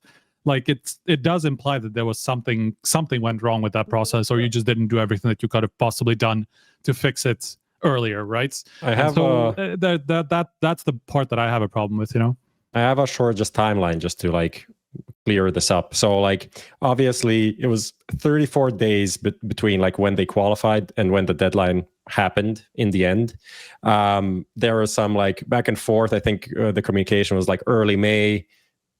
The last thing that they heard that the visas didn't go through or whatever, their application was denied. And then May 16th, BLAST put the deadline. The deadline was May 21st. May 18th was when BESTIA created a video that they posted on social media asking for support. Yep. So they did that only after BLAST put in a deadline of like 5 days from then, 3 business days. They knew they weren't going to get it by that point, I guess. Yeah. And then on May 21st, which was the day of deadline, BLAST CEO posted ahead of the BLAST BESTIA CEO posted just before the announcement came out, right? So he like preempted that. And then he said, we'll receive the visas by Monday, 26th, which is like, doesn't really give you a lot of confidence considering how much time has passed, nothing has happened. And now like, the moment we say it's over, you're like, nah. Now we're really getting the visas, right? It doesn't really seem like a real thing. And also it's not even asking like, why didn't they, when the deadline came in, why didn't they then ask like, oh no, we need like 10 more days. Can we get an extension? Yeah. You don't really wait until the deadline and then you need more time. This is like the kind of the behavior that you just tells everyone and doesn't really make you a good partner in this relationship or like fixing the problem. It just seems like you're just going to postpone forever. But like, it didn't need to be that early, but also needs to be at some point between 10 days before and like 2 days, because I think like 2 days is also very troublesome for like everyone that is working an event. Like, there's other things to factor in, right? And I think that plays into your point of maybe 2 days is too short of a time. Yeah. Because even though, right, I'm from a generation of Counter-Strike players where, the fact that we even have skins in the game, that's like, and people love it. You like Owner's very popular, like all that skin stuff, like how like the Chinese traders, the hundreds of thousands of dollars for some things, like it's fucking crazy, right? Like the fact that exists is insane. But I come from a time where there was no skins in Counter-Strike. Obviously, being immortalized in the game with a sticker, that's the biggest honor that you can have as a player, other than winning the major, right? So the idea that they couldn't shorten the amount of time for them to release all of that, which maybe meant that BESTIA wouldn't have missed out, right? That kind of, I don't like that. That kind of leaves a bad taste in my mouth. But at the same time, you have to think about what Valve facilitate for these orgs, especially the smaller ones, which is a shame because BESTIA falls into this. But the longer that the stickers are available, the more lead time that people in the community have to buy the pass or play the pick'ems or whatever, means potentially the more revenue generated for these names going on the line. And we've heard in the last couple of majors, maybe the stickers haven't done as well as they had previously. And now we know there's more teams. So is the pie going to get bigger, or are there just more slices of that pie now? So understandably that maybe they were hoping to get the lead time on this to try and get more money to the teams. But surely there's some way that you can go around it. Like either you replace it after some point, and whatever that team earned before that, you just give to them, and then like whatever the new team earns after that, you give. Like there's got to be some way that you can solve that problem without just making such a hard line on like, okay, that team will not have stickers at all, or that I don't know. Like I'm sure that there's got to be some sort of a solution to that problem. You know? No, I agree. I think that the thing is maybe we'll hear we'll probably get the opportunity to talk to the Valve devs at the major and try and understand the decision from their side a little bit better. But you know, at the end of the day, like this all boils down to it being a shame for the players, right? As worrying about how people conducted themselves on social media, or is it fair or is it not fair? I think it's just a shame that the team who qualified for the major will not get the opportunity to do so. I think it's also a shame the conversation that started to arise around that, like people coming out and saying we should never hold events in America, there's always so many visa issues. And comparatively, when you look at that compared to other events, that's not true. And it's only one team that's missing out, and it was only a couple of players from that team that didn't get the visas. So over 32 teams, and all the players and then the staff, like let's say coaches directly are the main ones, it feels like almost everybody's been able to. There's a different thing between getting your visa and actually getting in, I will say that, because come the travel day, people who have their visas still might not get in. We've all seen the news in recent times, whether that's fear-mongering, whether that's true, we'll find out. But yeah, for the sentiment from the community to be never hold events in the place with the largest market in the world for Counter-Strike. Americans have money, everybody. You don't have to love them. I'll tell you this much. They got a shitload of money over here, right? They're the entertainment capital of the world. To say to never run an event here because of visa issues, that just seems insane to me. And I'm someone who, you know, gets my freckles up when I'm coming to the States. I always feel queasy coming into the US. I know people coming into Australia feel like they have a tough time. Going in Canada, I feel like I have a tough time. But once you're in, and you're like, oh, this is all good. But yeah, I just didn't like that conversation being spurred from it. And then people are like, oh yeah, but what about the Halzerk thing? That's different, right? Like Halzerk plays for complexity, and he's in the US a lot more than, you know, these other. He's not applying players. for a visa to enter the country. No, he's applying for a whole lot more with his visa. Yeah, right? like a professional whatever, like a work visa or whatever. Yeah, it is. Yeah, which is a completely different thing and is super complicated. I mean, what even to say? Like one thing that I mean, many things annoyed me. One of them was like people trying to talk Legacy to not accept the spot. That's crazy, absolutely ridiculous concept. Like comments definitely didn't help, but that's also pretty funny. That's funny because we also did anything wrong. Yeah, we did an interview with Lux before that, but we didn't. It was just like a short comment, and we didn't post it. We were like, when it gets announced, we'll post it if it gets announced. Where he said his sentiment was much more positive. He was like, I'm sorry to take a spot from people that beat us and like deserve to be there. And then the Dumao thing happens after, but it gets posted first. Starts kind of a shit show over there. But still, I mean, it's just because, you know, people are upset, so they are going to latch on to anything. But it's also like the whole idea, like, because the 9 Pandas had 2 days, this should always be 2 days. Like that's also a ridiculous concept. Like that, why? So we can never change anything. Like everything needs to forever be the same as it always was. Like this is not. No one did this to like block Bestia from coming to the tournament. No one's okay if Furia was behind them or something. No, we're all doing this to have a legacy at the major. Like everyone was the huge fan base of Legacy that is going to like sell millions of stickers. Like it doesn't make a difference. People just wanted things to be sorted, and that's it.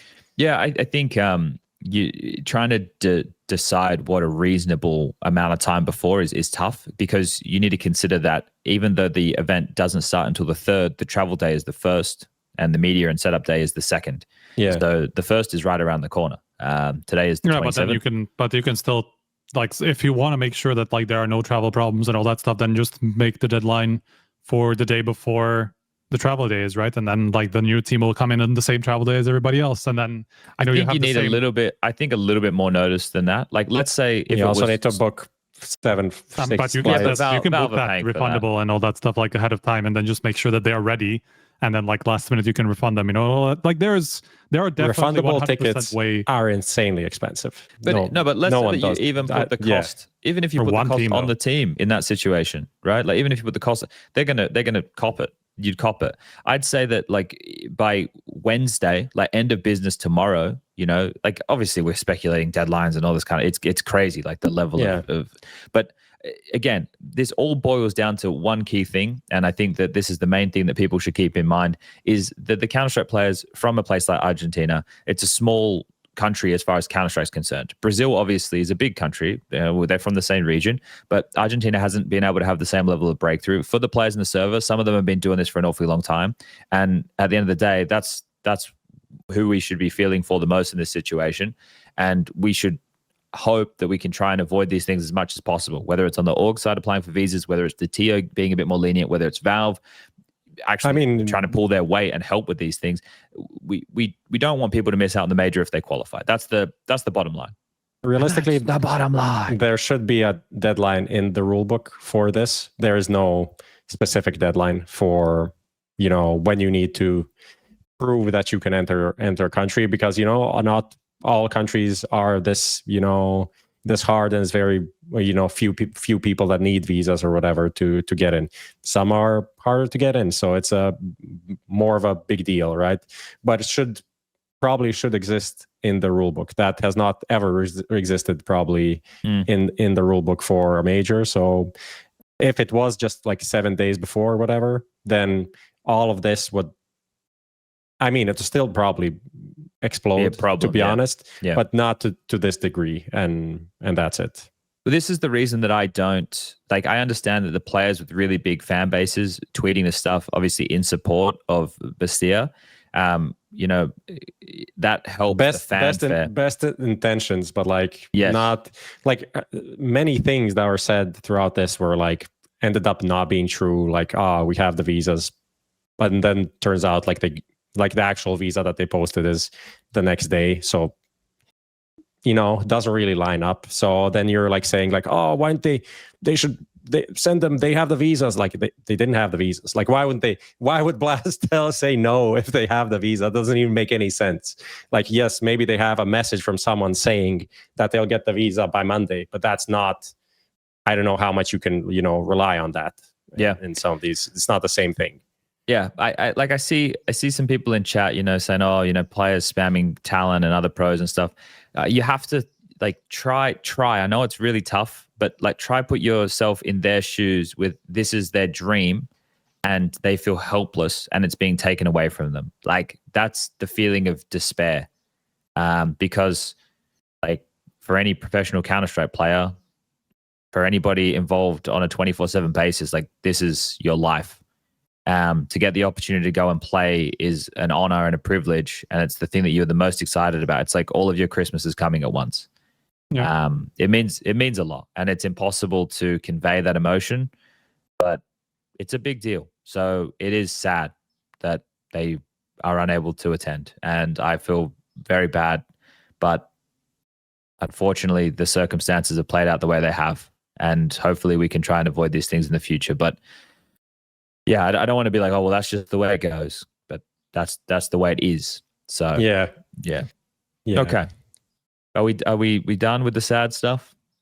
Well, I guess maybe a positive thing to say is, even if they don't play this major, doesn't mean they'll never play a major in their career. That's true. They seem like a good team, have a good talent, young talented player. No one's stopping them from ever playing in a major again. Maybe it's just meant to be a shitty experience to bounce back. It's the hero's journey. Yeah. Okay. Well, we'll see. What's the fix you sit this week, Prof? Is it about what we just spoke about? Oh no, we didn't really decide on anything on this one. I could do the one we talked about, in the we should do I feel like I've done it before though. I feel like this is we the have first time spoken I've about done this before. Yeah. Well, whatever. Do it anyway. Okay.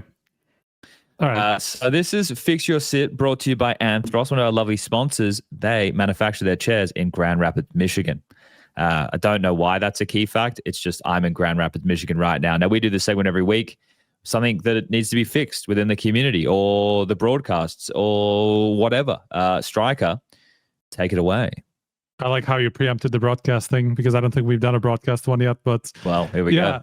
It's been my biggest fucking pet peeve with the ESL broadcast forever. And it is a minor thing, but it is such a stupid thing that's I've just been so tilted every single time I see it, and they just refuse to change it. And it's that the walk away mid-series I just talked to the coach and he told me this interview, quote unquote interview, you know? And it's just such a stupid thing. It's just such a stupid way to go about it, you know? Like, I understand that probably it was some sort of an agreement with the team. Like, they don't want to actually, like, but I don't understand even the logic of that, you know? But it's like, what does it matter if you're on camera for those 2 minutes that you speak to Freya or Astana or whoever it is that they talk to in between the maps? Who cares if there's a camera in front of you, or if you're just like passing on information that you've already been told anyway? Like, what is it? Like, there could be a guy following you as you go with them, like that. We see that in sports all the time. Like, literally, just as they're coming out of the locker room or whatever it is, like into the locker room, somebody's following them, just like talking to them on camera. Camera's moving, you know, in a direction and whatever, and like they literally make it happen on camera. Why are we having paraphrased interviews? Fix your shit. There you go. So this is where we can get to offer a little bit of insight. So I don't know 100%, but I would say 95% of my being says that this is a team saying, no, we're not going to give interviews on camera mid-series, right? And I can understand that, right? But then if that is the case, why are we bothering with those segments? It's secondhand information.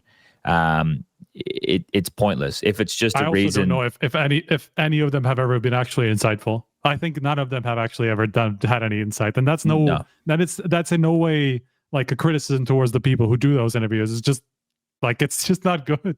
No, At least I like agree. if you get them on camera, right? Like, you get the emotion, like maybe they just fucked up a bad map or something. Like, you get some sort of a reaction, some sort of insight into the vibe, into like their mindset at that point. Even if the words don't really say anything, you will sense a frustration or something, you know, that happened just in that map, and so you get more without the words actually, you know, meaning anything or whatever, you know. So it's just get rid of it. Get rid of it. No, I agree. I think that there's lots of stuff that I see in some of these shows that has no place. Like, just before the walkouts, and they're doing these. They didn't do it in this one, but they did it at Katowice, and I know they did it at Katowice last year. Interviews, and they're asking these players these questions, and like the players are focusing to be about to be on, like, go up there and play, and it's like the questions are shit. Like, what are we doing? Why are we interjecting this now? Like, let's just get out there and play, shall we? So this stuff between maps, unless you're actually able to get the word from the coach on camera or the players on camera, then don't bother with the segment. Use the time somewhere else, right? Like, the time is limited between maps. If you don't have the ability to actually get anything valuable out of it, why are we using it? Like, is it just for the sake of, you know, having someone else on camera to break up the segment? Well, I can give you a shitload more ideas of what you could possibly do there. I just think that it's something that has tried to be ported across from traditional sports, and it doesn't land. It's a waste of time. It adds nothing. And if anything, it's just more infuriating than anything, because it's like, why the fuck are they doing this? Someone in chat said something, then ESL can say either you do the interview or you don't play. Here's one of the things I will say about ESL compared to Blast. I don't know PGLs, but ESL don't have the most aggressive tournament agreement with the teams to force them into doing things. ESL actually play like pretty nice with the teams and considerate most of the time, because they don't want the negative press that will come with being like overbearing of, you have to do this, you have to do this. Whereas Blasts, look, it's going to come from me, so it's going to be like ESL shill, but the two of you can confirm. I don't know if you have the ESL shill attested to you, but what I hear from teams is they feel that the Blast one is a lot more, not restrictive, but demanding, I guess would be the word. So ESL probably could add something in there, which is like, you have to do a mid-game interview, and if you're in the grand final, right? They could put something like that, and then like, I'll tell you right now, like for Blast, they literally do have some sort of an actionable clause where they have to do some press interviews, or like they have a media interviews and stuff like that. There's a literal agreement that they have to, and even like, so just so people know how it works in terms of like a press perspective, and it's something that has been kind of a pain in the ass from our perspective as well, partly because, as you say, ESL play a little too nice with the teams, because the processes are quite different across tournament organizers, right? With PGL, we generally kind of get to do whatever we want. We had one tournament where it was similar like ESL, but otherwise it's kind of like we can just run around and ask people ourselves, usually through a manager, but we can.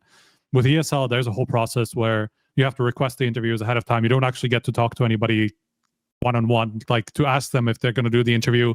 You're going to see a manager or whatever, but you're not supposed to approach them one-on-one. That's for like, there's a literal rule like that. You're not supposed to approach the players on your own. You have to get it through this process of it goes through the PR manager, though they send it to the player manager, who then asks the team manager, who then maybe doesn't even ever ask the actual player you've tried to get, you know? I mean, So, like, how many times have we gotten like, yeah, this team is not doing interview, doesn't want to do an interview. And it's like, the game is live. Like, this player doesn't want to do an interview. It's like, he is playing the game right now. You haven't asked him. He is in the game right now. You just said no without even asking the guy. Like a lot of that will happen a lot of the time, or the manager will just like flat deny everything because they are like, we're not going to do any interviews, you know?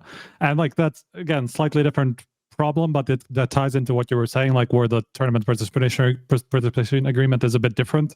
At BLAST, they are obligated to go through the mixed zone. And in past tournaments, they were basically obligated to go through the mixed zone. All of the players plus coach, I think they have to go through there, where press has the opportunity to ask. There's obviously, you know, they don't have to necessarily say yes to everything or anything like that, but they have to be there for you to actually see them face to face and ask them for an interview. You know, whether you're going to get it or not, that's kind of up to the player, or maybe the manager will still tell them, no, we're not going to do anything. Just walk through and say no, whatever. You know, it can still happen, but from experience, it is much easier when you get the people one-on-one to get them to say yes to the interview.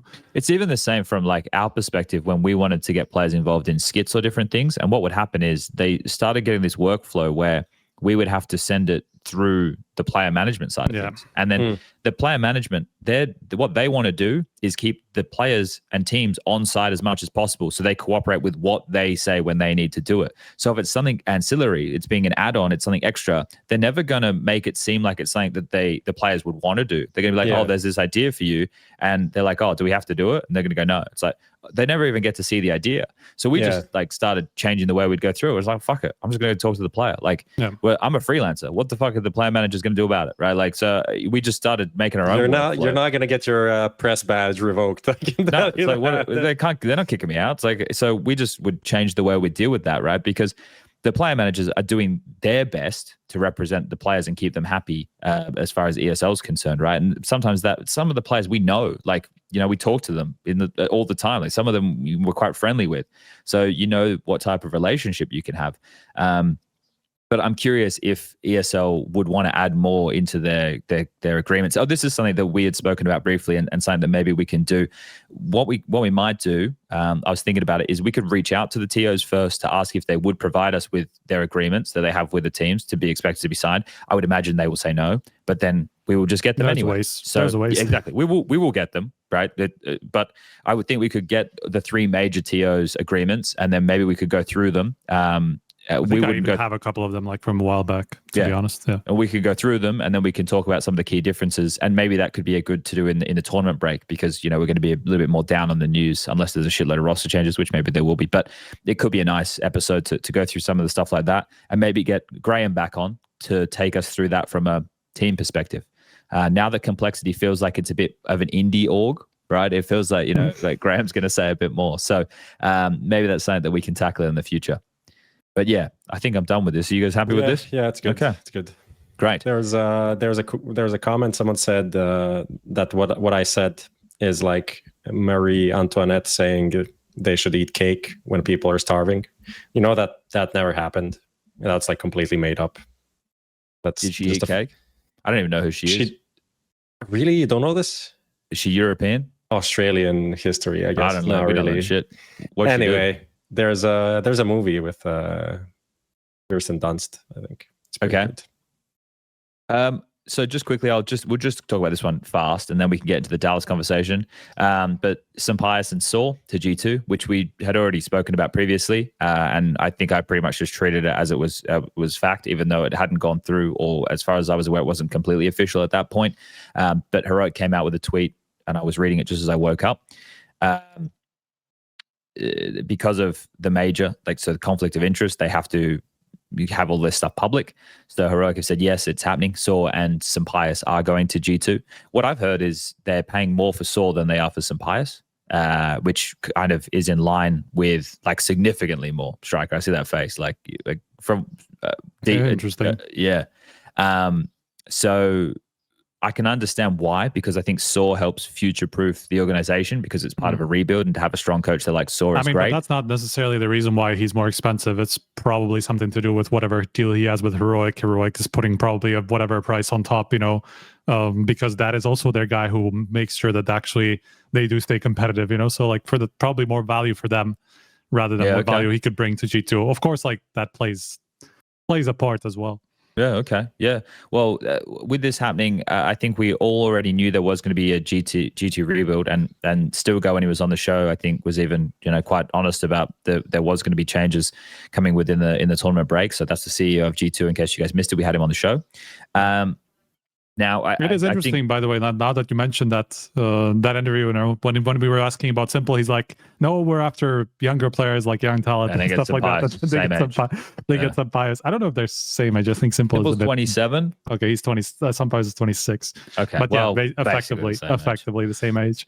But it isn't. Well, like what you said is actually kind of curious, because the upper market is pretty terrible at the moment. I would say it's very hard to get somebody good.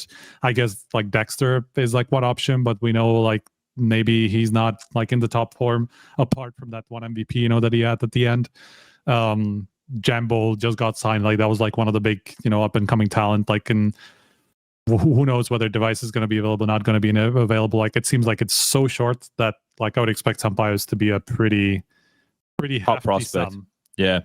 So look, when we have this team, I think the assumption, Prof, and I want you to kind of finish your team. So I think they keep Heavy God, they keep Malbs, they add SunpayUs. So that means Taz is gone. Saw comes in. So right now you have to keep one more player from the current roster. Who you keeping, Prof, and why? Hunter.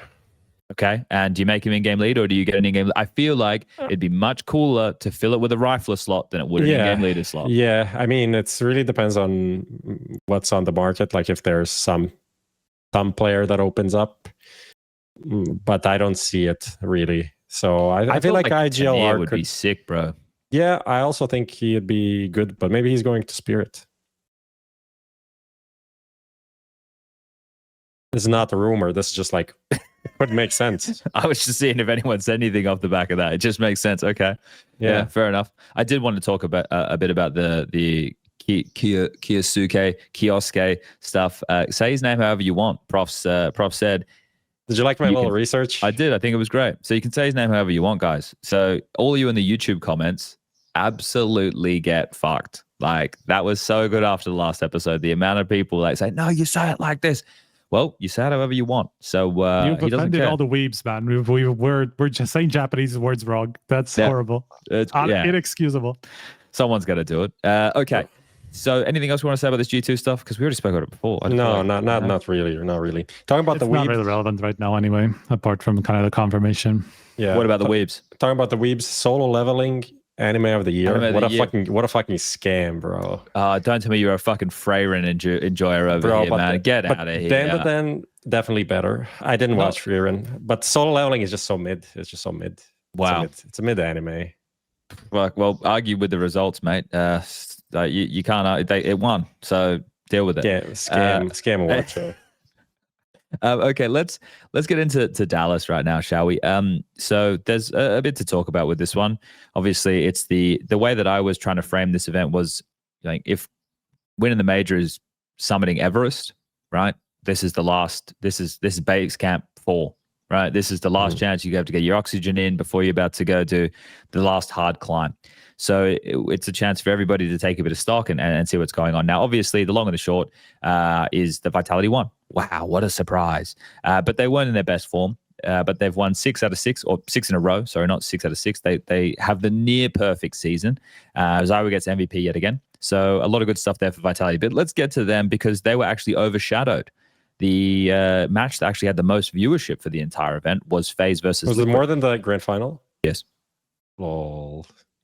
But look, I saw a conversation come out. I think Launders made a tweet comparing s1mple to John Jones, which a lot of people had problems with. They were like, man, he's ducking... what's his name?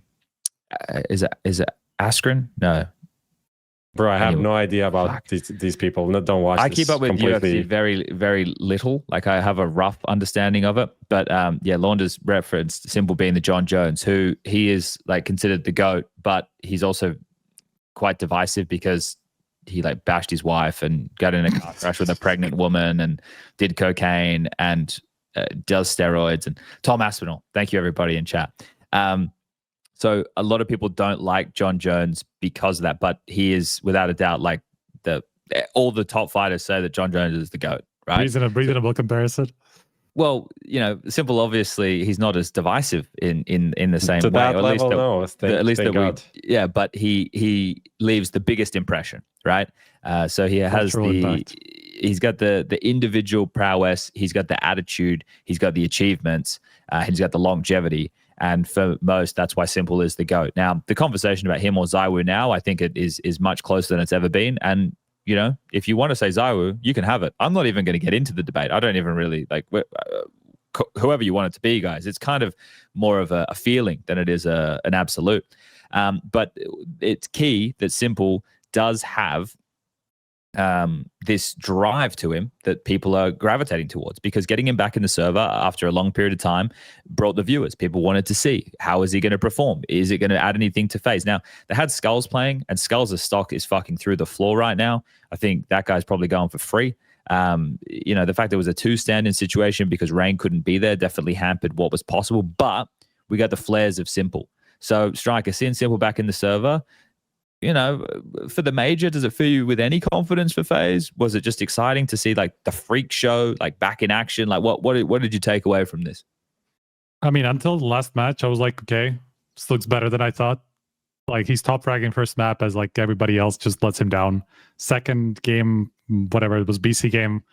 Yeah, fair enough. People are like, yeah, he's playing tier 3 shit and all that stuff. But like you just see the flare. You just see the flare and you're like, okay, like even if he's not like 100% s1mple from what we know before, we can see like he can have these rounds and he just has that, like he wants to make a difference, you know, and like you just really love to see that in an upper, and like he wants to be aggressive, he wants to make plays, and it's just really fun to watch, like super exciting.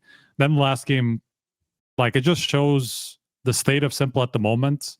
Like yes, he can have those rounds, but more often than not, he will just not do anything, right?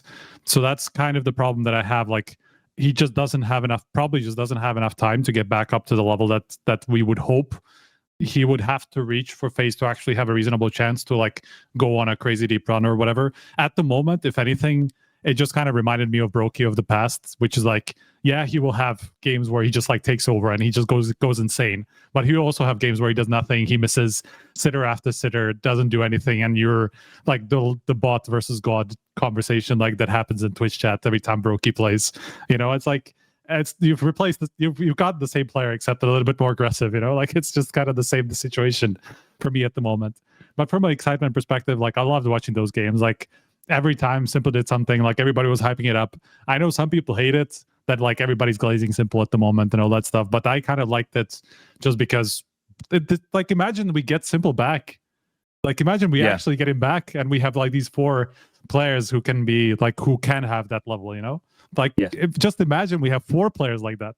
It was already unimaginable to have 3. Like imagine s1mple is in that conversation, especially with like the personality and all of it that comes along with it.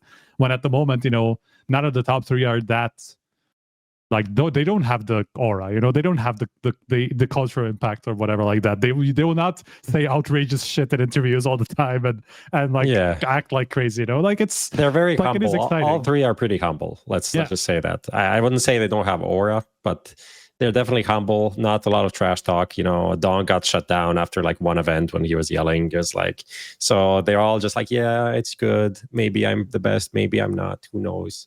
But no. If Falcons are on top, I think that'll change with m0NESY.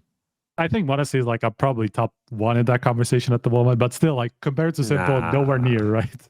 He's super humble, bro. Yeah, I feel like I think he can be not like tainted in a bad way, but I think he can tap into a bit of the ego. Like, but when has he ever said anything of that sort? Like he has as many quotes as ZywOo does about being like good. Yeah, I don't know. I feel like it could develop. I don't mean in a bad way. I think it could develop in a fun way. But yeah, I see that. Now, look, let's expand the conversation a little bit because there's obviously excitement to see him back in the server. But in terms of the long-term aspirations of s1mple, do we think that, FaZe is the home for him, Prof? Because Elige was asked about it, and Elige was saying, oh, yeah, like the prac results are actually like pretty good. And yeah, he didn't say no to the idea of it being a long-term prospect with FaZe, and FaZe needs something. I feel like s1mple could be the one, if he is back in form and he is hungry, wants to play, could he save FaZe? I'll take it from like outside of the server stuff, because the striker did speak about in the server, and I think pretty much everyone agrees on what we saw. I was pretty impressed just by the energy that he brought, and like watching the voice comms, watching, from the sidelines, the old videos or whatever that was around, and just seeing him, the comms, he seems pretty sharp from that side. Like, I don't know how to say, but like when I compare him to what it was in Falcons, he just seems more locked in. He just seems sharper, more driven, motivated than he was back then, which I think that can give the team something that like Brokey, even if he plays, like his quality of play would be the same as Brokey. I feel like he has something that he's offering to the team that is giving them just a bit more fire, motivation, comms, just positive energy. Funnily enough, I feel like he is bringing that right now into the team, and it just seems good. So I like that they're bootcamping in the US, right? Yeah. I actually think that it might be, I mean, it's a boot camp, but whatever. I just like that he's kind of escaped this European crowd that he was around, and he's just like, he's in a different place, team, Counter-Strike. Oh, I see what you're saying. Yeah. Full on locked in. So Not I doing think cooking streams. Yeah, new rap songs coming out or anything. Yeah. Let's just play Counter-Strike, hang out with karrigan, have some little, maybe 2 beers at the end of a long practice day, go to sleep, and go again next day. That kind of a full-on grind set mentality. And I mean, there's going to be a bunch of teams playing stage 1. I mean, already next week. There's some North American Falcons teams are staying. So they're here for a boot camp. Fury are in Miami. There's so there's going to be decent teams to practice, and a lot of it will be, just getting your individual shape up and just talking to each other, getting stuff up. And then add Rain to the mix, because Skulls, he had like 3 good rounds that looked really good, and then other than that nothing. Like complete that Mirage game against Heroic, complete like refrag bot, essentially. Just like walk into the A-bomb site, kill him, get plus $50 or whatever, and move on. It's not 50, it's not nothing. But anyway, so I'm wasn't too excited. I still think they're like getting to the playoffs is not the peak. It's not like a given in any way. Yep. Getting even from through stage 2 is not a given. There's a lot of decent, like pretty good teams. Their one win was against BC Game with a stand-in. Like that doesn't count for anything. And they lost to Liquid. They lost to Liquid, who then didn't even make playoffs either. So all in all, there's some positives. Still excited to watch, but I'm not raising expectations. But it could be the fit. Where else? Yeah, where else exactly. if not FaZe? Exactly, and he's the only player who I think has the ability to resuscitate them without them needing to go through a bigger rebuild over there. And you guys mentioning with Brokey, like Brokey's been very poor this year. Even s1mple's performances there are probably better than some of the moments Brokey had throughout the year, considering all the circumstances involved. So yeah, I meant more like Brokey from like half a year ago, rather than the one that we see now. But this year's struggles of Brokey's definitely been having a very tough time. So if s1mple can contribute more than what Brokey was otherwise, and then you can still get similar output from Frozen and Elige, hey, anything's possible. You only need some magic moments. This is the major, right? Best of ones in play with the Swiss. So, all right, let's jump around here a little bit. I guess we could just pick up with Liquid, because I did just touch upon the fact that that their win was against FaZe. Otherwise, Liquid, I don't know what to say about Liquid. It does. This is a question I've been asking people. Do you think they look better or worse with the addition of siuhy than they did earlier in the year? I honestly haven't caught a lot of their games in Dallas, I have to say. So I'm really watched them in Bucharest. It was horrible. Melbourne was okay, but it doesn't seem like they're maximizing the potential of the players. Like Nerds is struggling quite a bit, so I don't know what is happening there. Like from these games, what did you see from Nerds, for example? Nerds feels like he's dropped off quite significantly, but obviously with the leader coming in, things are going to change in terms of their approach to the game. So I just have problems when some of the basics, like in the Talking Counter Discord, like a guy's clipped the way they played an anti-eco, and he's just said like, what the fuck are they doing? And it's just like on Inferno, a map that they're picking into, and they just look lost. Like it doesn't feel like everybody's on the same page.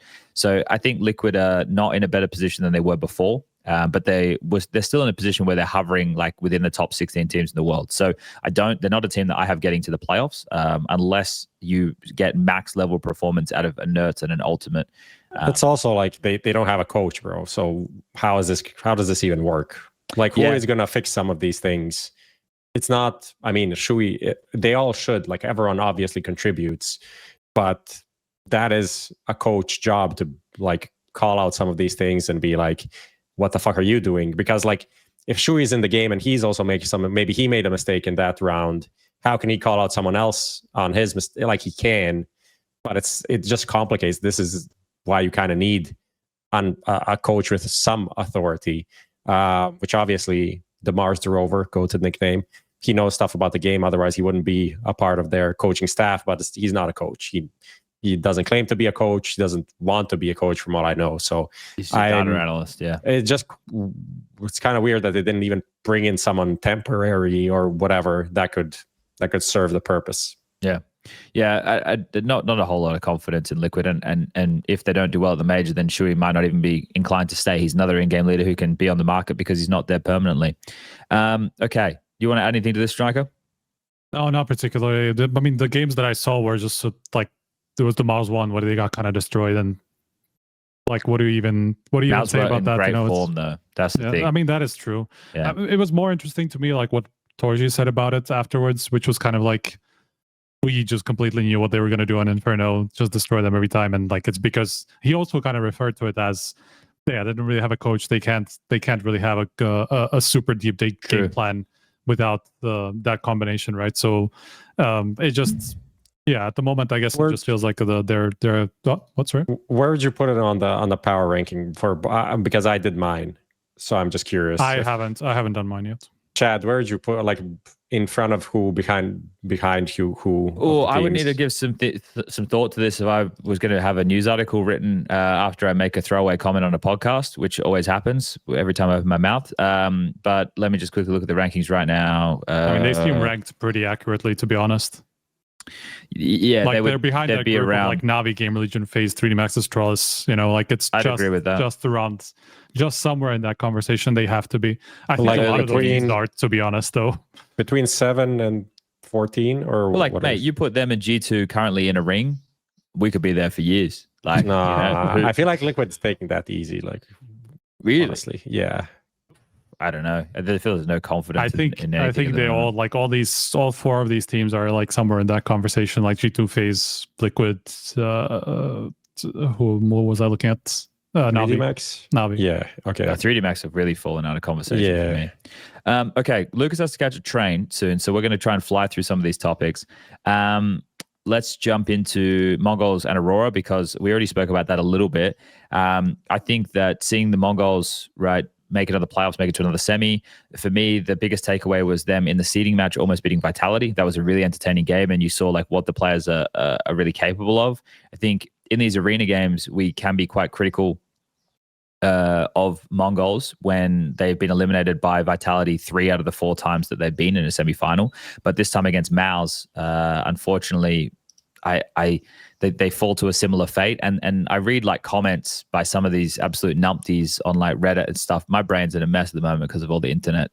They're killing me. But reading some of them where they're like, oh, you know, they talk about MongolZ, you know, not doing it, but they only lose to Vitality in the semis. It's like, well, no, like earlier in the year, they lost to Astralis with Katie in Cluj. Like they're clearly still a young team and getting used to the stage. And then s1mple, a player who can do these amazing moments in the group, struggles against the better teams. But that's the whole point. The conversation is not about them being number 5 or number 6 in the world. It's can they ever lift a trophy?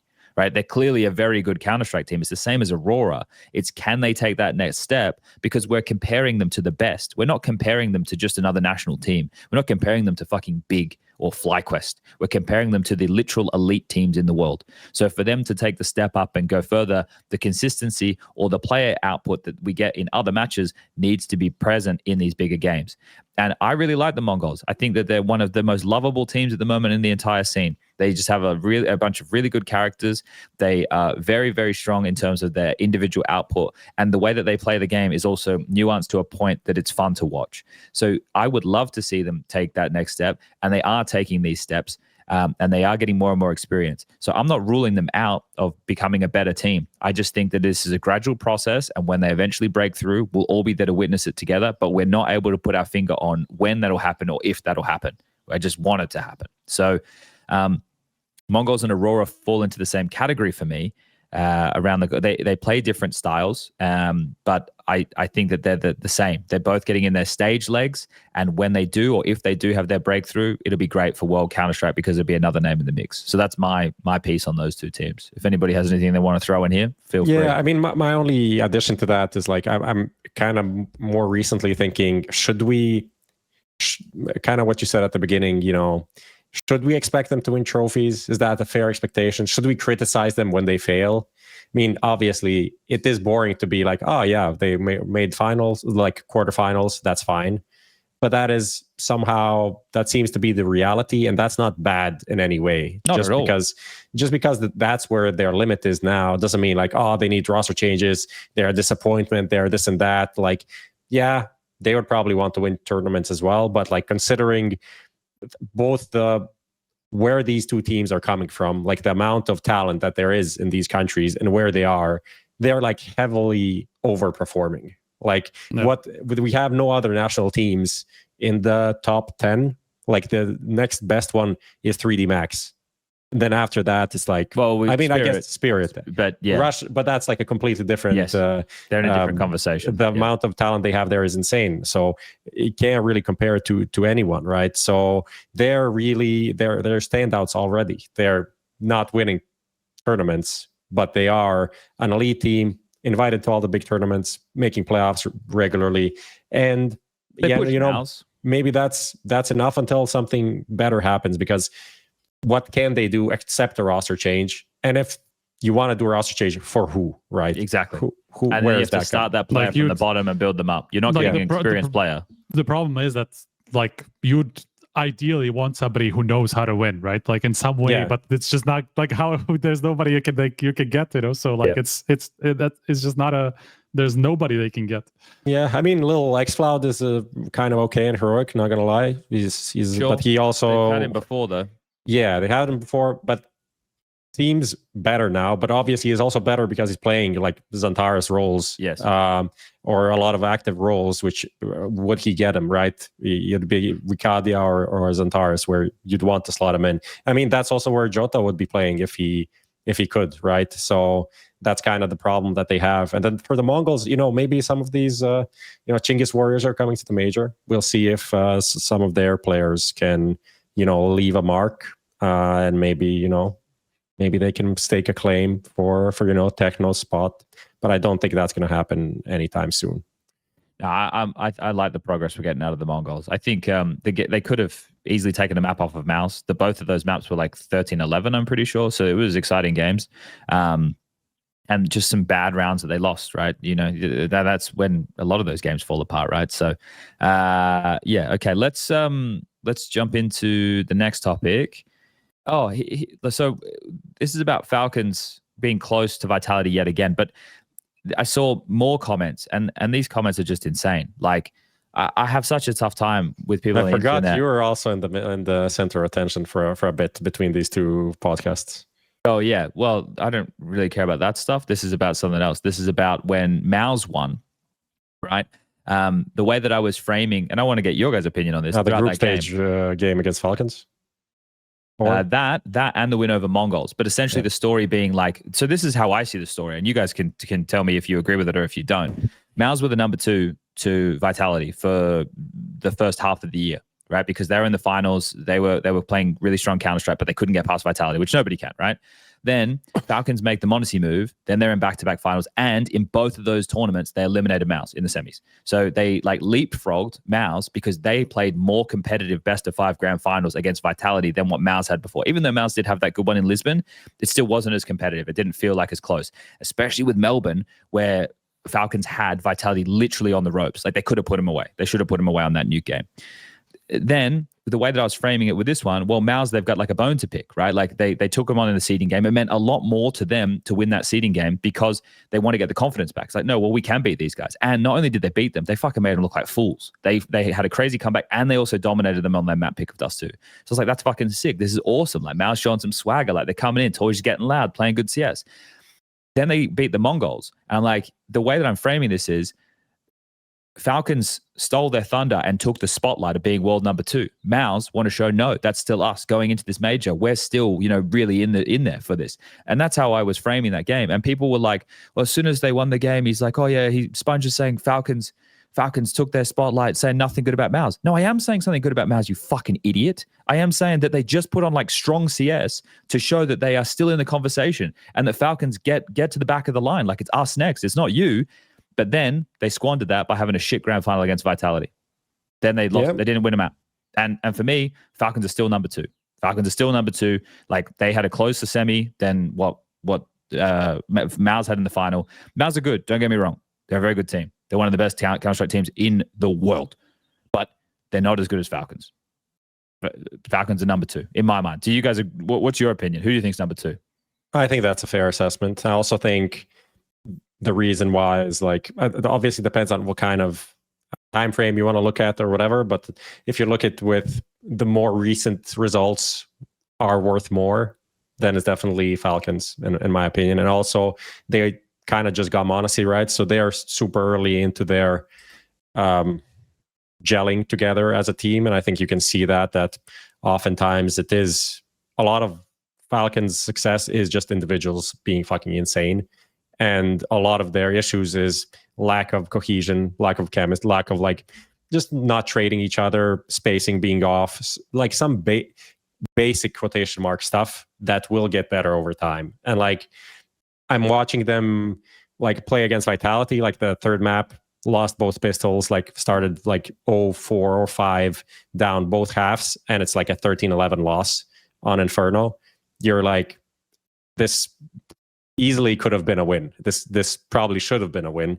Some of the rounds they lost was like, you know, they do the right openings and then somewhere in the middle, someone from Vitality just like, you know, punishes something that they shouldn't. Realistically, they should be more aware of a thing happening. So I think like Falcons has a lot of room to grow as well. And, you know, not only the historic stuff, but also like looking forward, I just think they will be better. What do you think, Striker? No, I think I agree with you. I mean, even like if you look at the stakes in that seeding game, like obviously, yeah, it decides who goes up against like Vitality in the semis, and you have to play an extra game and all that stuff. But realistically, well, it wasn't guaranteed at that point. That was the first. Like we didn't know if Vitality was going to beat MongolZ, and they almost lost to MongolZ. I know, but we made the assumption. Even Alex said like definitively after the game, he was like, "And they avoid Vitality," and I was like, and they maybe avoid Vitality. but you know what I mean, right? I mean, obviously you're not expecting Vitality to suddenly lose a game to MongolZ after they've gone 27-0 or whatever it was at that point. Yeah. So like Falcons, I genuinely don't believe, like usually it's like a platitude, like we don't give a shit who we, or when we face a team, we just want to win, right? And so who cares if you're going to play them in the semis or the final? Maybe if anything, you're probably happier about playing them in the best of 3 and instead of a best of 5 because of map pool and all that stuff. Like maybe you were thinking you might have a better chance. So like from all those perspectives, I just don't like the seeding games and how much they actually say about two teams and how they face off against each other. And in the 2 more important games beforehand, there was Falcons who won, right? And as you say, more competitive in Vitality games. I think that there only one game that they didn't really look competitive against Vitality. That was in I can't fucking remember. One of those games they got kind of stomped, but can't remember which one. The first one was not Katowice, Pro League final. That might have been. Yeah, Pro League final. No, it was the Melbourne group stage, I think. Yeah, because then the Melbourne final was closer than the yeah. But yeah, I don't know. It's a nuanced topic, and I think this is one of the things that people, when they see seeding games, right? People go, "Oh, well, no, like it's important for everybody because you get further in the tournament." Okay, first of all, you need the context of the tournament. You need the context of the matchup. You need the context of so many different things that factor into this. It's like, I think for Falcons, like, well, we beat them the last 2 times in the semis. It's like you probably a little bit not sleeper because you want to win, but you know, MongolZ wanted to win that more, at least in my opinion. MongolZ had more to gain from that victory than what I think Falcons had to gain from that victory. I think it's just one of those that, like, if you catch the comment without like being completely tuned in, you can just hear that moment. It's like, they had more to win, you know, they're more motivated, that's why they won. Or the Falcons only lost because they didn't care. You know, people like deduct what you said and like break it down into something that you didn't say, but it might in their head kind of sound differently to what it's so crazy though. It shows me the bias of the commenter, like, because if anybody watches the games I cast, the only team that I'm ever fucking negative on is FlyQuest, and the reason I am is because they're Australian. I don't want people to think I'm biased towards them, so I go the other way, right? And then that's the people also biased though. Yeah, but like that's the one team that I have like anything with, and then the people in Australia hate me. That's fine. I could tell there's only 30 million of them, but you know, then I'm talking about MongolZ, and they're playing that game against Falcons, and Alex and I are like, look at the coordination. It's perfect. They're owning them. This crazy comeback. Oh my God, they're playing so well. And it's like, they hate MongolZ. So, no? Obviously. No, just fucking listen. Like, try to be the fairest. And I talk about the Counter-Strike. You know, we stay away from all the other nonsense. Okay. Lucas needs to leave. So let's quickly fly through some of this other stuff quickly. Maybe Vitality. We love Vitality glazing around here.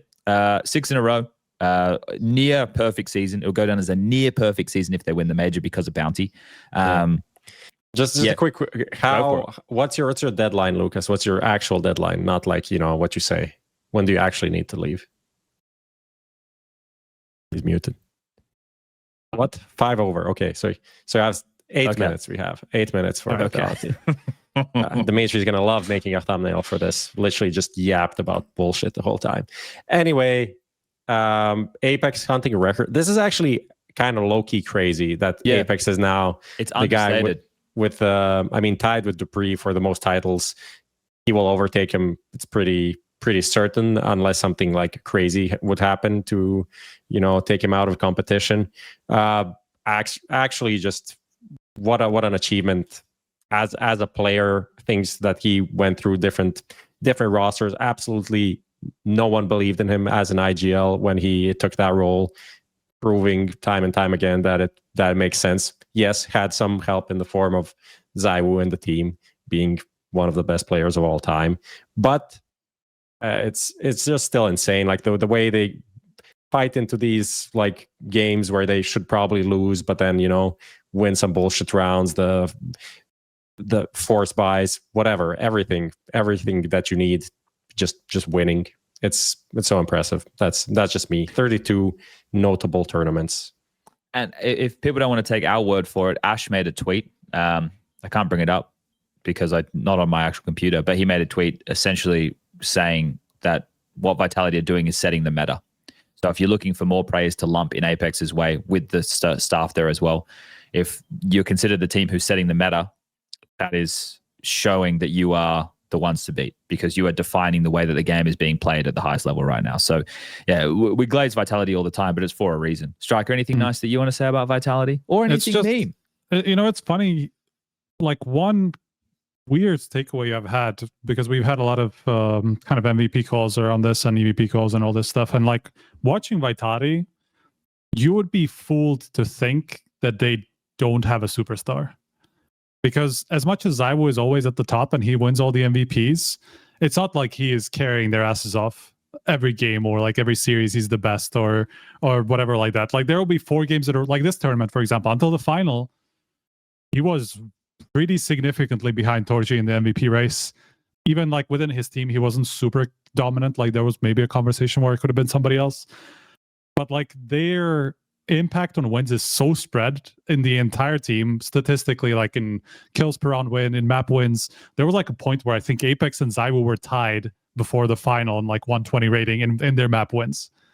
And you're like, how the fuck? Like, what? How is this even possible? You know, like this is ZywOo we're talking about. Like, and it just looks like he's not. He doesn't even have to be like the crazy fucking ZywOo for them to win. You know, because they have so much depth.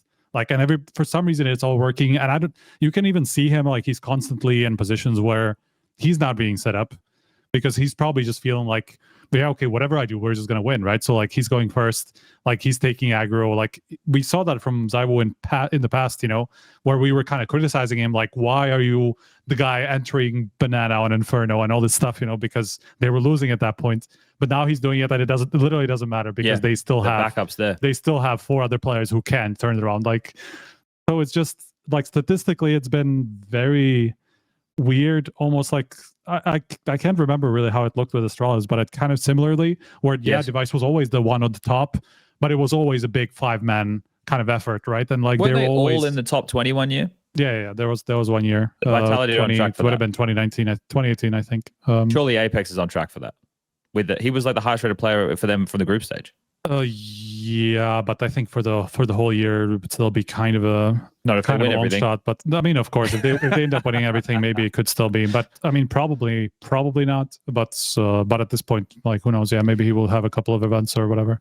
There's one thing that I just saw in chat right there, and someone said, to be honest, though, I would assume a lot of in-game leaders could be doing what Apex has done with this type of squad, and that makes me sad, right? That people hold that opinion because. First of all, Counter-Strike is such a tight-knit group of people that it's so much more personality-driven than we're ever able to explain to you, which is why I have a problem with the role cells and stuff out there, because they're just like, oh, just get this player and put him with this. That's not, like, that helps, but that's not Counter-Strike. Like, it's so personality-driven in the way that you get along with people. And it also detracts from Apex and his arc into in-game leadership. And it makes me sad because Apex has taken the bull by the horns and has done such a fantastic job of turning himself into that. My biggest critique of him is and this was at the start when ropz joined, that he'd get too emotional and that it would, you know, make it a bit too wonky. But he's clearly been able to keep it together to a point where they're winning all these events.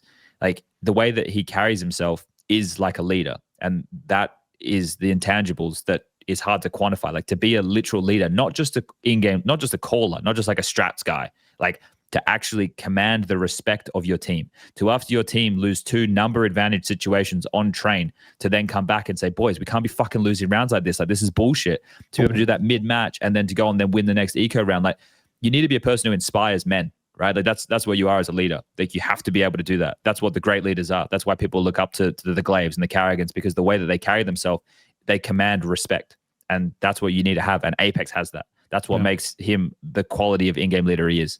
It was kind of cool to see dupreeh that, like, I think somewhere during the grand final, he tweeted, like, there was like a moment where they lost some it was the 1v5, I think. 1v5 against after Jimmy, the 1v5 against Jimmy, where, like, Apex was, like, straight into his teammates' faces, you know, and, like fucked up, or I don't know what he said, we didn't hear. But, like, dupreeh was like, yeah, that's what a leader should do, and, like should make it clear, like, you guys fucked up, and, like, this is how we can fix it, you know, all that stuff. And, like, that's been something that people have been more critical of from Apex's side, but realistically, like, this is actually the moment where you have to be kind of strict with your team, because you're in the moment where you're so fucking dominant, you're on this 30-match win streak that you feel untouchable, but then that causes you to go overconfident, like go into these, like that 1v5 was the prime example of a team that's thinking we will win anyway. It doesn't matter what we do, we will just win no matter what we lose, you know. But then, like, you have to have somebody who, like, brings you back down to earth and be like, yeah, no, like, we keep winning only if we actually play like we are the best team in the world, you know. So, like, all this, like, this is obviously, you know, when you lose and when you have somebody just, like, harping on you, it's probably not a good idea mentally and all that stuff. But, like, in these situations, it's only for the better. Boys, that's it. We're getting Lucas out of here. He's gonna get trained. Prof, get in there. Last info: on Friday we will be starting sales or not sales for the Austin HLTV Confirmed. So just keep an eye out for that. The HLTV Confirmed Twitter, you can find it there. Will be some cool stuff. Just keep an eye on it. Okay, live show Austin BLAST Major HLTV Confirmed coming at you. Check it out. You check out the socials. Had people asking me during Dallas. Info's coming your way. Shout out to the sponsors Anthros and s1mple. And thank you for Striker and Prof for getting on at this earlier time, for me getting up at 7 a.m., for Jason for letting me use his house, for Lucas for missing his train. We're out of here. We'll be back next week. We'll try and do it on Monday or Tuesday. No, Monday. I think we'll try and do it on Monday because we start on Tuesday. Anyway, have a good week. We'll talk Counter-Strike in the future. Peace out. A-Town, West Side. Let's fucking go Michigan.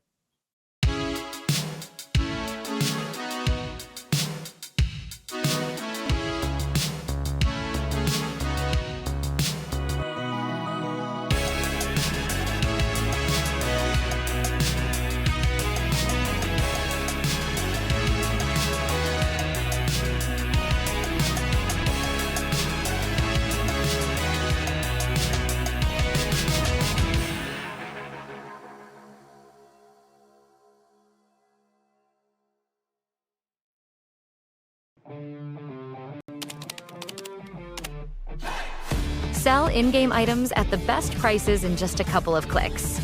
We are the biggest instant sell service for in-game items like Counter-Strike 2, Dota 2, and Rust. Easy selling process and instant withdrawal of funds to the most popular payment methods. More than 140,000 deals and 50,000 active sellers every month. Use promo code HLTV5 and get a 5% bonus on the sale of your skins. Skin Place. Sell items now. When every move counts, your chair shouldn't hold you back. Top esports players are switching to Anthros for unbeatable support and performance that keeps them in the game longer. Designed to support your unique shape and built with medical-grade components, Anthros is setting a new standard for comfort. Check out the Anthros difference today and get ready to fix your sit, because gaming deserves more than just a chair. It was more than a game. It was everything. Every single emotion on display. Not a moment missed. This was CSGO through the lens.